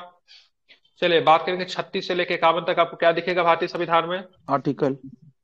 चलिए, गांधी जी का राज्य की कल्पना जो थी वो संविधान के किस भाग में दिखेगा? गांधी जी के राज्य की कल्पना कैसी थी, 40 किसमें दिखेगा? भाग इसी में दिखेगा, बिल्कुल, भाग 40 में, 4 में ही और दिखेगा। आर्टिकल बिल्कुल ठीक है, 40। बिल्कुल राज्य के आर्टिकल नीति 40 निर्देशक को तत्वों का वर्णन किया गया, इन्हें आयरलैंड के संविधान से लिया गया। चलिए, आपातकाल के दौरान मूल अधिकारों के निलंबन की बात करें, जर्मनी में लिया गया है। जर्मनी के किस रिपब्लिक से लिया गया है? बीमर संविधान। बाइमर रिपब्लिक। बाइमर रिपब्लिक कब बना वही था? कब बाइमर या बना था बीमर। बाइमर रिपब्लिक? कब बना था? बना कब है? नहीं ये द्वितीय नहीं विश्व युद्ध ध्यान के है। समाप्ति के बाद 1919 में बना था। ठीक है, यही बाइमर रिपब्लिक वालों ने वायसराय की संधि पे हस्ताक्षर प्रथम की सर थे। ना, ठीक है, हाँ सॉरी, प्रथम के प्रथम विश्व समान। 1919 में। ठीक है, यही बाइमर रिपब्लिक, मिश्रा जी माइक बंद कीजिए। ठीक है, यही बाइमर रिपब्लिक वाले ने क्या किया था? वर्साय की संधि पे हस्ताक्षर किया था। इसको नवंबर अच्छा किया क्रिमिनल्स था। कह के हिटलर ने बहुत अधिक इसका नाम किया था। ठीक है, तो मतलब सारे के सारे रिस्पॉन्सिबल जो है यही है। ठीक है, ये एक यही है। डेमोक्रेटिक था। ठीक है, अगर ये अगर अच्छे से चल जाता ना, तो ये सारी चीजें द्वितीय विश्व युद्ध होता भी नहीं, लेकिन वहां के लोगों को सामने इसकी इमेज को इतना खराब कर दिया, इतना खराब कर दिया हिटलर ने। और उसको हिटलर जब सत्ता में आता है तो उसका पूरी तरीके से बताइए क्या होता है। भारतीय संविधान का निम्नलिखित में से कौन सा उपबंध ब्रिटेन के संविधान से नहीं लिया गया है, क्या बताएंगे? तो द्विसदन पद्धति तो मूल लिया गया अधिकार है, नहीं विधि लिया का गया, शासन भी लिया गया, विधायी प्रक्रिया भी मूल लिया गया, अधिकार लेकिन मूल अधिकार नहीं लिया गया। ठीक है, बात के मूल अधिकार का प्रभाव संयुक्त राज्य अमेरिका से लिया गया, अमेरिका जबकि द्विसदनीय पद्धति, विधि का शासन, एकल नागरिक था, लोकसभा के प्रति सब मंत्रिमंडल ब्रिटेन। का सामूहिक रूप से उत्तरदायित्व। ठीक है, क्योंकि हमने संसदीय शासन व्यवस्था को अपनाया है, तो ये भी हो जाएगा खुद ब खुद। एकल न्यायिक प्रणाली सभी ब्रिटेन के संविधान से लिया गया। हमारी न्यायपालिका कैसी है? तो एकीकृत और एकहरी है। कैसी है? गहरी शासन व्यवस्था। एकीकृत और और एकहरी। एकहरी। कहने का मतलब हमारा न्यायपालिका जो है ना, दूसरे न्यायपालिका से स्वतंत्र नहीं है। सुप्रीम कोर्ट के नीचे हाई कोर्ट, हाई कोर्ट के नीचे डिस्ट्रिक्ट कोर्ट, इस तरीके से चलता है, एक दूसरे के ऊपर पेच बना के रखता है, स्वतंत्र नहीं है। ठीक है, भारत के संविधान में एकल नागरिकता की अवधारणा कहां से ली गई? तो क्या बताएंगे? एकल ब्रिटेन नागरिकता की अवधारणा कहां से ली गई? बहुत सुंदर, ब्रिटेन से ली गई। ब्रिटेन ठीक है, नागरिकता संबंधित आर्टिकल्स कहां से कहां तक आपको दिखेंगे, तो क्या बताएंगे? 12 से 35 है ना, 11 से तो मौलिक अधिकार 35। है 5 से 11, नागरिकता 5 से 11। नागरिकता बोल रहे, सॉरी सर कंफ्यूज हो गए। 5 से ठीक है, 11 भाग तो 2 भाग से 2 में आपको दिखेगा 5 से 11 तक भाग आपको 2। नागरिकता दिखेगा। ठीक है, भारतीय संविधान में एकल नागरिकता की अवधारणा ब्रिटेन के संविधान से ली गई है। ठीक है, स्विट्जरलैंड में कैसी नागरिकता है? एकल है या फिर दोहरी है स्विट्जरलैंड में? दोहरी। स्विट्जरलैंड में दोहरी है सर, और अमेरिका में भी दोहरी है। अमेरिका में बात करेंगे दोहरी अमेरिका में नागरिकता है। भी। ठीक है, तो अमेरिका भूल जाए, अब एग्जाम में स्विट्जरलैंड पूछेगा। ठीक है, इसीलिए। ठीक ठीक है, है, हाँ सर। चलिए, भारतीय संविधान में गणतंत्र की अवधारणा निम्नलिखित में से किस देश के संविधान से ली? गणतंत्र हमने कहाँ से लिया? फ्रांस गणतंत्र फ्रांस बिल्कुल फ्रांस से हमने गणतंत्र को उठाया है। ठीक है, भारतीय संविधान के गणतंत्र की अवधारणा को फ्रांस के संविधान से लिया गया। गणतंत्र का अर्थ होता है जनता के लिए जनता के द्वारा शासन। जनता के लिए जनता के द्वारा शासन को, इसको डिफाइन करने का काम किस व्यक्ति ने किया था? अब्राहम लिंकन ने। बिल्कुल ठीक है, किसने किया था? अब्राहम लिंकन ने किया था। भारत एक अब्राहम गणतंत्र है क्योंकि लिंकन। इसमें एक लोकतांत्रिक सरकार, इसका मुखिया जनता के द्वारा क्या होता है? निर्वाचित होता है। ठीक है, भारत की सरकार की मुखिया कौन होता है? भारत की सरकार का मुखिया कौन है? राष्ट्रपति। अपना राष्ट्रपति। राष्ट्रपति। हाँ, राष्ट्रपति। ठीक है, सरकार का मुखिया राष्ट्रपति होगा। ठीक है, विधि द्वारा स्थापित प्रक्रिया जापान से है। आपातकाल के द्वारा मूल अधिकारों के निलंबन की बात जर्मनी से। प्रस्तावना की भाषा कहाँ से लिया गया? प्रस्तावना की भाषा कहाँ से लिया ऑस्ट्रेलिया। गया? ऑस्ट्रेलिया से। बिल्कुल ऑस्ट्रेलिया। ऑस्ट्रेलिया से लिया गया। संसद के दोनों सदनों की संयुक्त बैठक। ठीक है, समवर्ती सूची, शक्तियों का विभाजन, ये सारे के सारे ऑस्ट्रेलिया से लिया गया है। ठीक है, चलिए, भारतीय संविधान में संविधान के संशोधन की अवधारणा निम्नलिखित में किस अफ्रीका। देश से ली गई? आसान क्वेश्चन, दक्षिण दक्षिण अफ्रीका। क्या हो अफ्रीका। जाएगा? दक्षिण अफ्रीका। ठीक है, भाग आर्टिकल्स 20 किसमें है? संविधान भाग 20 संशोधन किसमें है? 368 368 और भाग 368 20। में। ठीक है, बहुत सुंदर। ठीक है, किसमें? तो भाग 20 में। बहुत सुंदर। चलिए, बात करेंगे संशोधन करने की। संविधान को संशोधन करने की किसे दी गई? विधानसभा को, संसद को, या फिर दोनों को है ये अधिकार? संसद को। संसद दोनों को ऐसे देता, विधानसभा संसद ही होगा। विधानसभा को संसद नहीं, को। संविधान संसद है। संशोधन केवल हाँ संसद को। सर, ठीक है, ध्यान में 3 रखेंगे। बार ठीक हुआ है, है संयुक्त अधिवेशन अभी तक, टोटल 3 बार हाँ संयुक्त ठीक है, अधिवेशन हुआ है। बोल दे सर इसको। बोल दीजिएगा। 1961 में कब है? इसके 1961 वाला दहेज हो जाएगा, 1978 बैंकिंग हो जाएगा, और 2002 आतंकवाद हो जाएगा सर। पोटा वाला पे 2002 में हुआ था, पोटा वाला पे। वही आतंकवाद। सरकार के संसदीय स्वरूप को, ठीक है, डैश मॉडल के रूप में भी जाना जाता है। ठीक है, तो बेस्ट मिनिस्टर मॉडल कहते हैं। सरकार के संसदीय स्वरूप को क्या बेस्ट मिनिस्टर मॉडल के नाम से जानते हैं। ठीक है, कहाँ से लिया गया है? तो बेस्ट मिनिस्टर प्रणाली के नाम मतलब लंदन के स्थान से लिया गया, जहाँ पे इंग्लैंड की संसद चलती है। ठीक है, कहाँ पे चलती है? इंग्लैंड की संसद चलती है। ठीक है, वहां से लिया गया है। ठीक है, ध्यान रखें, वेस्ट मिनिस्टर प्रणाली एक लोकतांत्रिक प्रणाली जिसका उपयोग कनाडा, न्यूजीलैंड, ब्रिटेन जैसे देशों के शासन एशिया और अफ्रीका के कई हिस्से करते हैं। एक्चुअली में वहां पे करते हैं जहाँ पे कभी ना कभी ब्रिटिश उपनिवेश रही थी, वहां पे ये प्रणाली आपको देखने को मिलता है। ठीक है, संसद की माता के रूप में, विश्व की संसद की माता के रूप में किस देश की संसद को जानते हैं? America sir. नहीं नहीं, ब्रिटेन के संसद को। ठीक है, ब्रिटेन की संसद को, ब्रिटेन की संसद। किस देश के संसद के बारे में कहा जाता है? सो मतलब महिला को पुरुष और पुरुष को महिला बनाने के अलावा सब कुछ कर सकती है। दक्षिण कोरिया। ये भी ब्रिटेन के। ठीक है, ब्रिटेन की संसद बहुत अधिक शक्तिशाली है। ठीक है, न्यायपालिका की वहां पे नहीं चलती है। ठीक है, ब्रिटेन के संसद कुछ भी कर सकती है। ठीक है, ठीक है, क्योंकि न्यायपालिका भी वहां के संसद पे बैठती है। दुनिया के सबसे शक्तिशाली संसद जो है ब्रिटेन की संसद है। ठीक है, समझ रहे? न्यायपालिका का पावर वहां पे बहुत कम होता है। अगर बना दी तो न्यायपालिका उसके कानून को रिव्यू नहीं कर सकती। हमारा संसद कानून बनाता तो क्या होता है? न्यायपालिका उसका रिव्यू करती है ना, जब गलत लगता है तो उसको खत्म कर देती है। लेकिन ब्रिटेन की संसद अगर कानून बना दी तो बना दी, कोई उसको रिव्यू करके उसको खत्म तक नहीं कर सकता है। इसलिए ब्रिटेन की संसद बहुत शक्तिशाली है। भारतीय संविधान में अपनाया गया प्रावधान और उस देश के संविधान जिसमें वह लिया गया कि कौन से युग सुमेलित नहीं है। राज्य के नीति निर्देश तो आयरलैंड से सही है क्या? हाँ सही सही है। है। कानून के सही। शासन का विचार संविधान ब्रिटिश से, मौलिक अधिकार का चार्टर, ठीक है, संयुक्त राज्य अमेरिका के संविधान से, स्वतंत्रता समानता बंधुत्व का सिद्धांत कनाडा के संविधान से। गलत है कि सही है? गलत है, ये गलत फ्रांस है। हो क्या हो जाएगा। जाएगा? फ्रांस हो ये जाएगा। क्या हो फ्रांस हो जाएगा? ये जाएगा। फ्रांस हो जाएगा। ठीक है, आप इसको फ्रांस। ध्यान में रखेंगे। ठीक है, स्वतंत्रता समानता और बंधुत्व के सिद्धांत को फ्रांस के संविधान से लिया गया है। ठीक है। केंद्र द्वारा राज्यपाल की नियुक्ति भारत के संविधान के किसकी विशेषता संबंधित है? बताइए। तो क्या हो जाएगा? तो ध्यान में रखेंगे, तो ये आपका हो जाएगा एकात्मक प्रणाली। ठीक है, तो केंद्र के द्वारा, ठीक आर्टिकल है, 155 राज्यपाल के की तहत नियुक्ति जो करता की है। जाती है, ठीक है, 55 है कि 153 है? नहीं, राज्यपाल 155 के तहत नियुक्ति करता है और 53 में राज्यपाल का पद राज्यपाल में है सर। राज्यपाल है। ठीक है, ध्यान में रखेंगे। ठीक है, हाँ, एकात्मक वो प्रणाली क्या है? राज्यपाल का एक एकात्मक राज्य का प्रणाली पद। इसको कहते हैं। ठीक है, इसको ध्यान में रखेंगे। इसको क्या बोला जाता है? तो इसको एकात्मक प्रणाली कहा जाता है। एकात्मक ठीक है, आप प्रणाली। इसे ध्यान में रखेंगे। ठीक है, चलिए आगे चलेंगे तो क्या मिलता है, तो ध्यान में रखेंगे। केंद्र एवं राज्य के राज्यपालों की नियुक्ति का प्रावधान कनाडा से लिया गया। अनुच्छेद 155 में राष्ट्रपति द्वारा राज्यपाल की नियुक्ति का प्रावधान है। उत्तर प्रदेश की राज्यपाल सरोजिनी नायडू भारत की पहली महिला राज्यपाल थी। तो बिहार के प्रथम राज्यपाल का नाम बताइए। हाँ, अपनी सर बिहार के प्रथम हाँ सर, ऑप्शन देंगे तो पता चलेगा। जयराम दौलतराम। दौलताराम सर। जयराम जयराम दौलताराम। जयराम। वर्तमान में हाँ कौन है सर। बिहार के राज्यपाल? बिहार के राज्यपाल वर्तमान में विजय राजेंद्र हाँ, और लेकर हो जाएंगे। कर साहब है। ठीक है, चलिए, निम्नलिखित में से कौन सी भारतीय राजेंद्र संविधान की आर्लेकर। संघीय विशेषता नहीं है? शक्तियों का विभाजन, अखिल भारतीय सेवाएं, लिखित संविधान, दोहरी दोहरी सरकार। कौन सा है? कौन सा मतलब संविधान की संघीय विशेषता नहीं है इनमें से? ठीक है, संविधान की संघीय विशेषता इनमें से कौन सी नहीं है? देख रहे सर। देखिए, निम्नलिखित में से कौन सा? नहीं, अखिल भारतीय सेवा, इसमें संविधान की संघीय विशेषता, जिसमें एक तरफा राइट नहीं, ये किसे दिया आर्टिकल गया है? 312 में आता है। ठीक है, किसको दिया है एक राज्यों तरफा को राइट? दिया इसमें है। किसमें दिया है? राज्य को राज्यों को दिया है, मतलब राज्य को दिया राज्य है। सभा को दिया आर्टिकल गया है। ठीक है, 312। 312 हमारे तरफ आर्टिकल 3 प्रकार जी के सर। अखिल भारतीय सेवा है। कौन कौन है? एक आईएएस है, एक है आईपीएस है, आईपीएस है, एक ठीक आईएफएस है, है, एक है आईएफएस। एक आईएफएस क्या होता है? IFS। इसका मतलब क्या होता है? इंडियन आईएफएस फॉरेस्ट का मतलब service, Indian forest service, Indian हाँ, फॉरेस्ट क्या होगा? सर्विस। फॉरेस्ट हो जाएगा। ठीक है, ध्यान में रखेंगे, फॉरेन नहीं होगा। इंडियन ठीक है, अगर फॉरेस्ट मान लीजिए, सर्विस। ठीक है, समझ गया। ठीक है, अखिल भारतीय सेवाओं की बात करें, इसमें विशेषाधिकार किसके? किसी राज्यसभा का। मतलब राज्यसभा चाहे तो इसमें से किसी सर्विस को कट कर सकती है और किसी सर्विस को बढ़ा भी सकती है। ठीक है, इसी को बोलते हैं, वो एक तरफा अधिकार किसके पास है? राज्यसभा के पास है। ठीक है, अखिल भारतीय सेवा, एकल नागरिकता, आपातकाल तथा चुनाव आयोग के सभी भारतीय संविधान की एकात्मक विशेषता है। ठीक है, ध्यान में रखेंगे। ठीक है, जिनके तरफ से आप आवाज आ रही है, इसकी आपके तरफ से बहुत आवाज आ रही है, माइक बंद कीजिए। ठीक है, निम्नलिखित में से कौन सी भारतीय संविधान की एक विशेषता है? ठीक है, देखिए, दोहरी नागरिकता, राष्ट्रपति शासन व्यवस्था, सबसे लंबा लिखित संविधान, फिर कठोर संविधान। सबसे क्या है? लंबा सी ऑप्शन सर। बिल्कुल ठीक है, ध्यान रखिए। सबसे लंबा संविधान की बात करेंगे तो हमारे यहाँ संविधान जो है ना तो कठोर है, ना तो बहुत अधिक लचीला, दोनों का मिश्रण माना जाता है। जी ठीक है, राष्ट्रपति शासन व्यवस्था हमारे यहाँ नहीं है। राष्ट्रपति शासन व्यवस्था वाले 2 देश का नाम बताइए। जहाँ पे राष्ट्रपति शासन व्यवस्था आपको देखने को मिलता है, 2 देश का नाम बताइए। स्विट्जरलैंड, अमेरिका, नहीं चलो, स्विट्जरलैंड। अमेरिका ठीक है, अमेरिका ठीक है, और बताइए। फ्रांस, ठीक है, अमेरिका और फ्रांस। ठीक है, ध्यान रखिएगा, अमेरिका और फ्रांस। ठीक है, चलिए, हाँ, फ्रांस सबसे में लंबा लिखित प्रधानमंत्री संविधान की बात करेंगे। ठीक है, विश्व का सबसे लंबा लिखित संविधान है। कठोरता में लचीलेपन का मिश्रण है। एकल नागरिकता है। सरकार का संसदीय स्वरूप है। कानून का शासन है। ठीक है, बात करेंगे संसदीय संप्रभुता और न्यायिक सर्वोच्च सार्वभौमिक वयस्क मताधिकार है। आर्टिकल्स कौन सा है? ये आर्टिकल 326 है।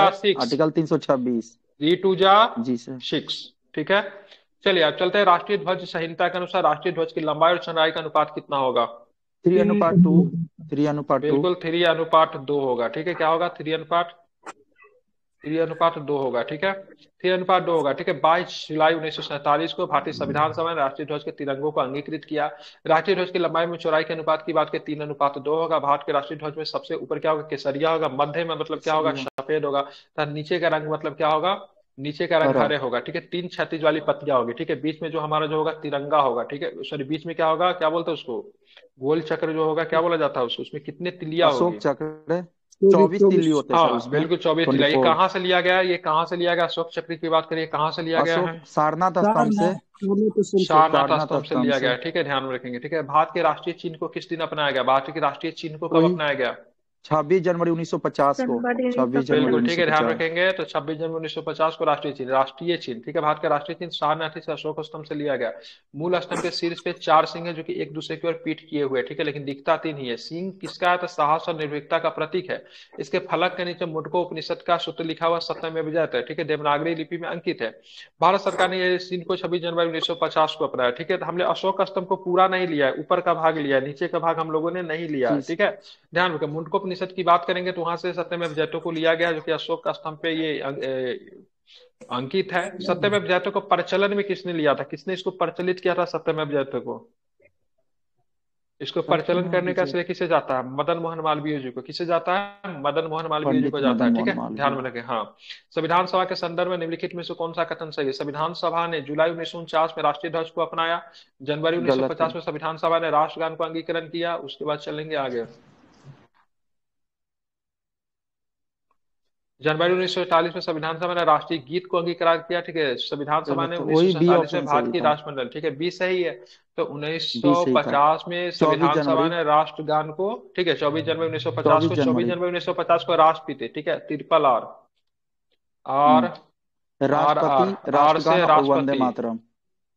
ठीक है, राष्ट्रपति, ठीक है, राष्ट्रगान, ठीक है, और क्या होगा? राष्ट्रीय गीत। इस सब जो हुआ था कब हुआ था? ठीक है, 24 जनवरी 1950 को हुआ था, ठीक है। तीनों आर से याद रखेंगे इसको, ठीक है। चलिए ध्यान रखेंगे। तो यहाँ पे तो अंतिम बैठक बिल्कुल वही था, ठीक है। अंतिम बैठक में कितने लोगों ने साइन किया था, क्या बताएंगे? 284 कितने लोगों ने अंतिम बैठक में साइन किया? 284 लोगों ने साइन किया था। बहुत सुंदर, ठीक है, 284, बहुत सुंदर, ठीक है। भारतीय राष्ट्रीय गान जन गण मन को संविधान सभा में अधिकृत की रूप से 24 जनवरी 1950 ईस्वी को अपनाया गया। रविन्द्रनाथ टैगोर द्वारा रचित राष्ट्रगान को सर्वप्रथम 27 दिसंबर 1911 को भारतीय राष्ट्रीय कांग्रेस के कोलकाता में कितने नंबर का अधिवेशन था? 26वें नंबर अधिवेशन था, इसमें गाया गया। इस अधिवेशन की अध्यक्षता कौन कर रहे थे? तो क्या बताएंगे? माधोलकर कर रहे थे ना? नहीं, बिशन नारायण धर थे ना, 1911 वाला का धर साहब थे ना। वाला बोल दिया, सॉरी। हमने 1912 वाला बता दिया, ठीक है। राष्ट्रगान की गायन की अवधि कितनी होती है? 52 सेकंड होती है, लेकिन अगर जल्दीबाजी में अगर गाया जाए, युद्ध का समय हो, तो कितने समय में गाएंगे? ठीक है, बिल्कुल युद्ध के समय में 20 सेकंड में, ठीक है। पहली बार अगर बात करेंगे तो आई थिंक 1971 के वार के समय या फिर कारगिल वार के समय 20 सेकंड में गाया गया था, ठीक है। तो जो आर्मी वगैरह जो युद्ध के निकलते थे ना, तो वो लोग समय बचाने के लिए 20 सेकंड में इसको युद्ध भूमि में गाया जा सकता है, ठीक है। ये भी आपको ध्यान रखिए ताकि समय का बजट हो सके, ठीक है। स्वतंत्रता का और भारत में कितनी स्वतंत्र रियासतें एकीकृत की गई, ठीक है? तो 562 को एकीकृत किया गया। 3 रियासत को एकीकृत करने में दिक्कत आ रही, तो तीनों रियासत के नाम याद है आपको? जूनागढ़ को कैसे मिलाया गया? जूनागढ़ को कैसे मिलाया गया? बताइए। जन्म संग्रह से सर, जन्मत से जिसको बोलते हैं। दूसरा हैदराबाद को कैसे मिलाया गया? पुलिस कार्रवाई। सेना की कार्रवाई को आदमी नहीं बोलेंगे, नहीं मेंस में लिख कर आएंगे सेना की कार्रवाई, उसको पुलिस कार्रवाई कहते हैं, ठीक है। तीसरा क्या बोलेंगे? जम्मू कश्मीर को कैसे मिलाया गया? बिल्कुल, विलय पत्र पे, ठीक है, ध्यान रखें, बिली पत्र, ठीक है। राजा हरि सिंह के बीच, ठीक है, नेहरू जी के दिल्ली समझौता हुआ था, ठीक है। दिल्ली समझौता में विलय पत्र को लेकर बात चली थी, ठीक है। दिल्ली समझौता ध्यान में रखिएगा। अब आगे चलेंगे। स्वतंत्रता के बाद 562 देशी रियासत इन रियासतों को एकीकरण की जिम्मेदारी सरदार वल्लभ भाई पटेल को दिए गए, लेकिन एक व्यक्ति और इसको अनसंग हीरो कहते हैं, उनको बीपी मेनन को नाम ध्यान में रखिएगा, ठीक है। और एक व्यक्ति और का भी थोड़ा बहुत योगदान है, माउंटबेटन को भी हम लोग नहीं भुला सकते, उनका योगदान था, ठीक है। चलिए, भारतीय संविधान की प्रस्तावना निम्नलिखित में से किन महान आदर्शों का उल्लेख है? विश्वास, राजकोषीय, व्यक्तिगत आस्था और उपासना, अवसर, आर्थिक सामाजिक आस्था और अभिव्यक्ति की स्वतंत्रता, अभिव्यक्ति, आर्थिक राजनीतिक उपासना और विश्वास की स्वतंत्रता, ठीक है। विचार, अभिव्यक्ति, ठीक है, विश्वास, आस्था, उपासना की स्वतंत्रता, यही वाला आपको मिलेगा, ठीक है। विचार की स्वतंत्रता है, अभिव्यक्ति की स्वतंत्रता है, विश्वास की स्वतंत्रता है, आस्था की स्वतंत्रता और उपासना की स्वतंत्रता है, ठीक है। ये हमारे भारतीय संविधान के प्रस्तावना में, ठीक है, ध्यान में रखेंगे। 3 प्रकार के न्याय आपको देता है। न्याय कौन सा है? तो सामाजिक, आर्थिक और राजनीतिक न्याय है, ठीक है। 5 प्रकार की आपको स्वतंत्रता देखता है। विचार है, अभिव्यक्ति है, विश्वास है, धर्म है, उपासना की स्वतंत्रता है, ठीक है। 2 प्रकार का अवसर दिखता है आपको, ठीक है। प्रतिष्ठा और अवसर की समता। 2 प्रकार का क्या है? समता। अगर समता पूछेगा कितने प्रकार के? 2 प्रकार के। न्याय पूछेगा कितने न्याय पूछेगा कितने प्रकार के? 3 प्रकार के। स्वतंत्रता पूछेगा कितने प्रकार के? तो 5 प्रकार के, ठीक है। तो 2, 3, 5 आपको ध्यान में रखना। मैं आपसे पूछ लेता हूँ, ठीक है। हमारे भारतीय संविधान में 2 प्रकार का समता का अधिकार है, कौन कौन सा समता है? तो क्या बताएंगे?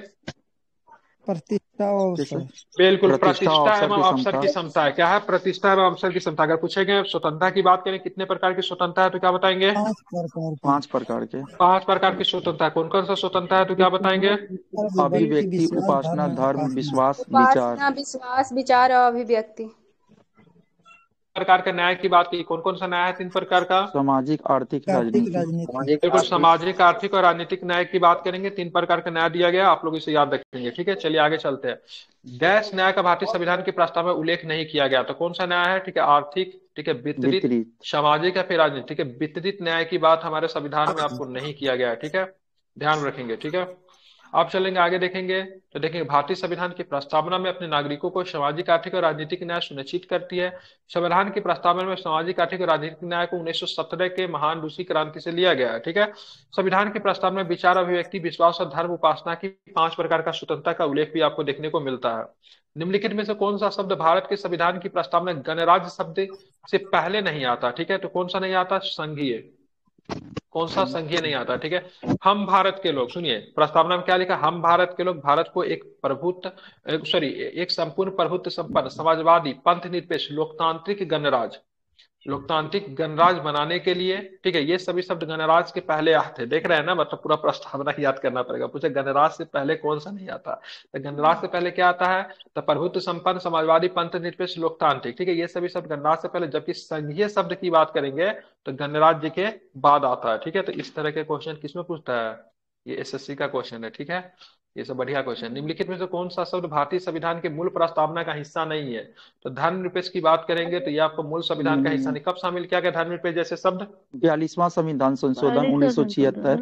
बिल्कुल, 42 संविधान संशोधन 1976। 1976 में शामिल किया। मैंने नीचे 2 पीडीएफ का लिंक दे रखा है ग्रुप में। ठीक है, एक में जाएंगे तो आपको बीपीएससी के रिलेटेड सारा पीडीएफ मिल जाएगा, दूसरा में आप जाएंगे तो वनडे एग्जाम के रिलेटेड सारा पीडीएफ मिल जाएगा। ठीक है, शाम तक ये लिंक रहेगा उपस्थित, आप लोग इसको शेयर भी कर सकते हैं और ज्वाइन भी कर सकते हैं। ठीक है, तो जिनको ज्वाइन करना है कर लीजिए।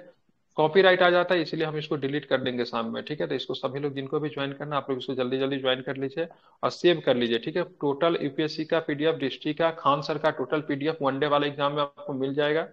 उस दिन के बाद सारा सेट वगैरह डाल दूंगा। ठीक है, तो सभी लोग उसको ज्वाइन कर लीजिए। चैनल से भी अपडेट रहेगा, इस क्लास का भी पीडीएफ जो है उसी में डाला गया है। ठीक है, तो दोनों चैनल को आप लोग ज्वाइन कर सकते हैं। मैं रोज नहीं डालता हूँ, लेकिन सप्ताह में एक दिन इंपॉर्टेंट पीडीएफ आपको जो कि आपके लायक होगा वो डालते रहेंगे। ठीक है, चलिए तो इसको सभी लोग ज्वाइन कर लीजिए। धर्मनिरपेक्ष या फिर पंथ निरपेक्ष शब्द मूल संविधान का हिस्सा नहीं था। 42वें संविधान संशोधन अधिनियम 1976 के दौरान संविधान की प्रस्तावना में 3 शब्द जोड़े गए। कौन कौन से शब्द जोड़े गए? समाजवादी, पंथ निरपेक्ष, धर्म निरपेक्ष तथा अखंडता। जिस समय 1976 में संवैधानिक प्रस्तावना में पहली बार संशोधन किया गया, उस समय देश के प्रधानमंत्री कौन थे? देश के प्रधानमंत्री इंदिरा गांधी थे और राष्ट्रपति फखरुद्दीन अली अहमद थे। बिल्कुल ठीक है, फखरुद्दीन अली अहमद थे। और जिस समय देश में इमरजेंसी लगी उस 1974 से समय भी 77 राष्ट्रपति तक रहे फखरुद्दीन थे वो। अली अहमद भी थे। ठीक है, ध्यान रखेंगे। हाँ, संविधान की मूल्यों की रक्षा करने का बढ़ावा देने के भारतीय संविधान का पूर्ण रेखा और राजनीतिक प्रणाली की संरचना डैश को डैश में सन्निहित किया गया। क्या बताए? संघ सूची में। ठीक है, भारतीय संविधान का पूर्ण रूपरेखा। ठीक है, राज्य सूची में, प्रस्तावना में। ठीक है, इसकी या फिर बात करेंगे भारतीय मूल्य प्रणाली में। ठीक है, हमारा संविधान कैसा होगा? C number. ठीक है, ठीक है, हमारा संविधान कैसा होगा ये कहाँ पे दिखेगा? तो आपका प्रस्तावना में ही दिख जाएगा हमारा संविधान कैसा होगा। ठीक है, ध्यान रखेंगे। तो संवैधानिक मूल्यों की रक्षा करने और बढ़ावा देने के लिए भारतीय संविधान की पूर्ण रेखा, माइक बंद कीजिए, ऋषु बोलने के बाद आप माइक बंद कीजिए। ठीक है, और राजनीतिक प्रणाली की संरचना को संविधान के प्रस्तावना में क्या किया गया? सन्निहित किया गया है। ठीक है, इसको आपको ध्यान में रखना है। बोल रहे समझ में नहीं आ रही है बात आपको? ठीक है, निम्नलिखित में से कौन सा शब्द भारतीय संविधान की प्रस्तावना में शामिल नहीं है? ठीक है, ध्यान रखें। कौन सा शब्द भारतीय संविधान की संघवाद की बात करेंगे, प्रभुत्व संपन्न की बात करेंगे, न्याय की बात करेंगे, बंधुता की बात करेंगे। ठीक है, तो हमारे संविधान में आपको संघवाद आपको नहीं देखने को मिलता है।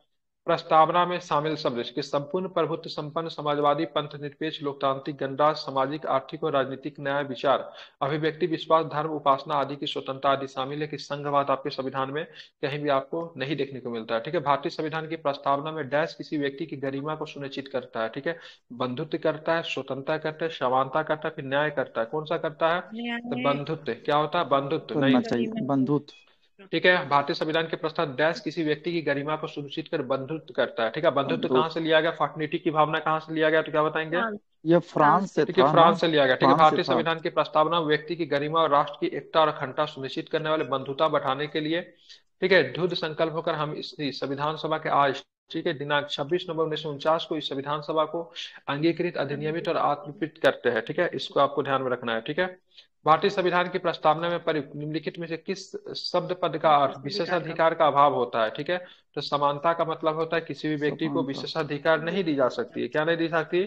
समानता का क्या होता है? विशेषाधिकार का अधिकार, मतलब किसी भी व्यक्ति को मतलब विशेषाधिकार नहीं प्राप्त है, ये आपको ध्यान में रखना है। ठीक है, चलिए समानता की बात करेंगे तो भारतीय संविधान की प्रस्तावना समानता शब्द का पद का अर्थ होता है विशेषाधिकार का अभाव होता है। ठीक है, समानता की बात करेंगे, समानता का अर्थ होता है समाज की उस स्थिति से जिसमें सभी लोग आपस अधिकार या प्रतिष्ठा की खोज करते हैं। ठीक है, स्वतंत्रता की बात करें, विचार, अभिव्यक्ति, विश्वास, धर्म और उपासना की 5 प्रकार की स्वतंत्रता आपको भारतीय संविधान में आपको प्रस्तावना में देखने को मिलती है। संप्रभुता का मतलब है भारत अपने आंतरिक एवं बाह्य मामलों में किसी राष्ट्र के अधीन नहीं है। ठीक है, हम अपने सारे प्रकार निर्णय लेने के लिए हम लोग क्या है, तो खुद ही हम लोग क्या है, मतलब स्वतंत्र है। ठीक है, इसलिए भारत क्या है, तो भारत एक संप्रभु राज्य है। ठीक है, चलिए बात करेंगे हम लोग संप्रभु कब बने थे। भारत एक संप्रभु राज्य कब बना था? भारत कब बना? 26 जनवरी 1950 को। 26 जनवरी हाँ ठीक 1950 है, जब हम लोग आजाद हो गए थे तब हम लोग अधिराज्य के थे। ठीक है, हम लोग संप्रभु राज्य 26 जनवरी 1950 को बनेंगे। 1947 में भले ही हम लोग आजाद हो गए थे लेकिन हम लोग संप्रभु नहीं थे।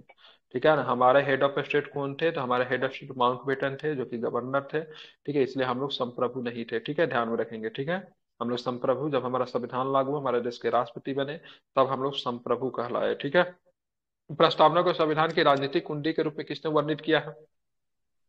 किसने? के.एम. मुंशी ने, मुंशी सर। जवाहरलाल नेहरू ने, मुंशी ठीक है, कहे थे माधव ना। राव ने, ठीक है, के.एम. मुंशी के.एम. ने। ठीक है, मुंशी। मुंशी। भारतीय संविधान को प्रस्तावना, भारतीय संविधान की प्रस्तावना का प्रस्ताव पंडित जवाहरलाल नेहरू द्वारा 13 दिसंबर 13 1946 को दिसंबर प्रस्तुत किया गया। अब 22 जनवरी ठीक है, ध्यान में 1947 को रखेंगे। स्वीकार कर ठीक लिया है, गया। संविधान सभा के प्रमुख समूह पेश किया गया था संविधान सभा ने। ठीक है, प्रस्तावना को 22 जनवरी 1947 को स्वीकार किया। प्रस्तावना को अमेरिकी संविधान से लिया गया। ठीक है, प्रस्तावना को संविधान की राजनीतिक कुंडी के रूप में, ठीक है, के मुंशी ने वर्णित किया। इंपॉर्टेंट नाम है, याद रखिएगा।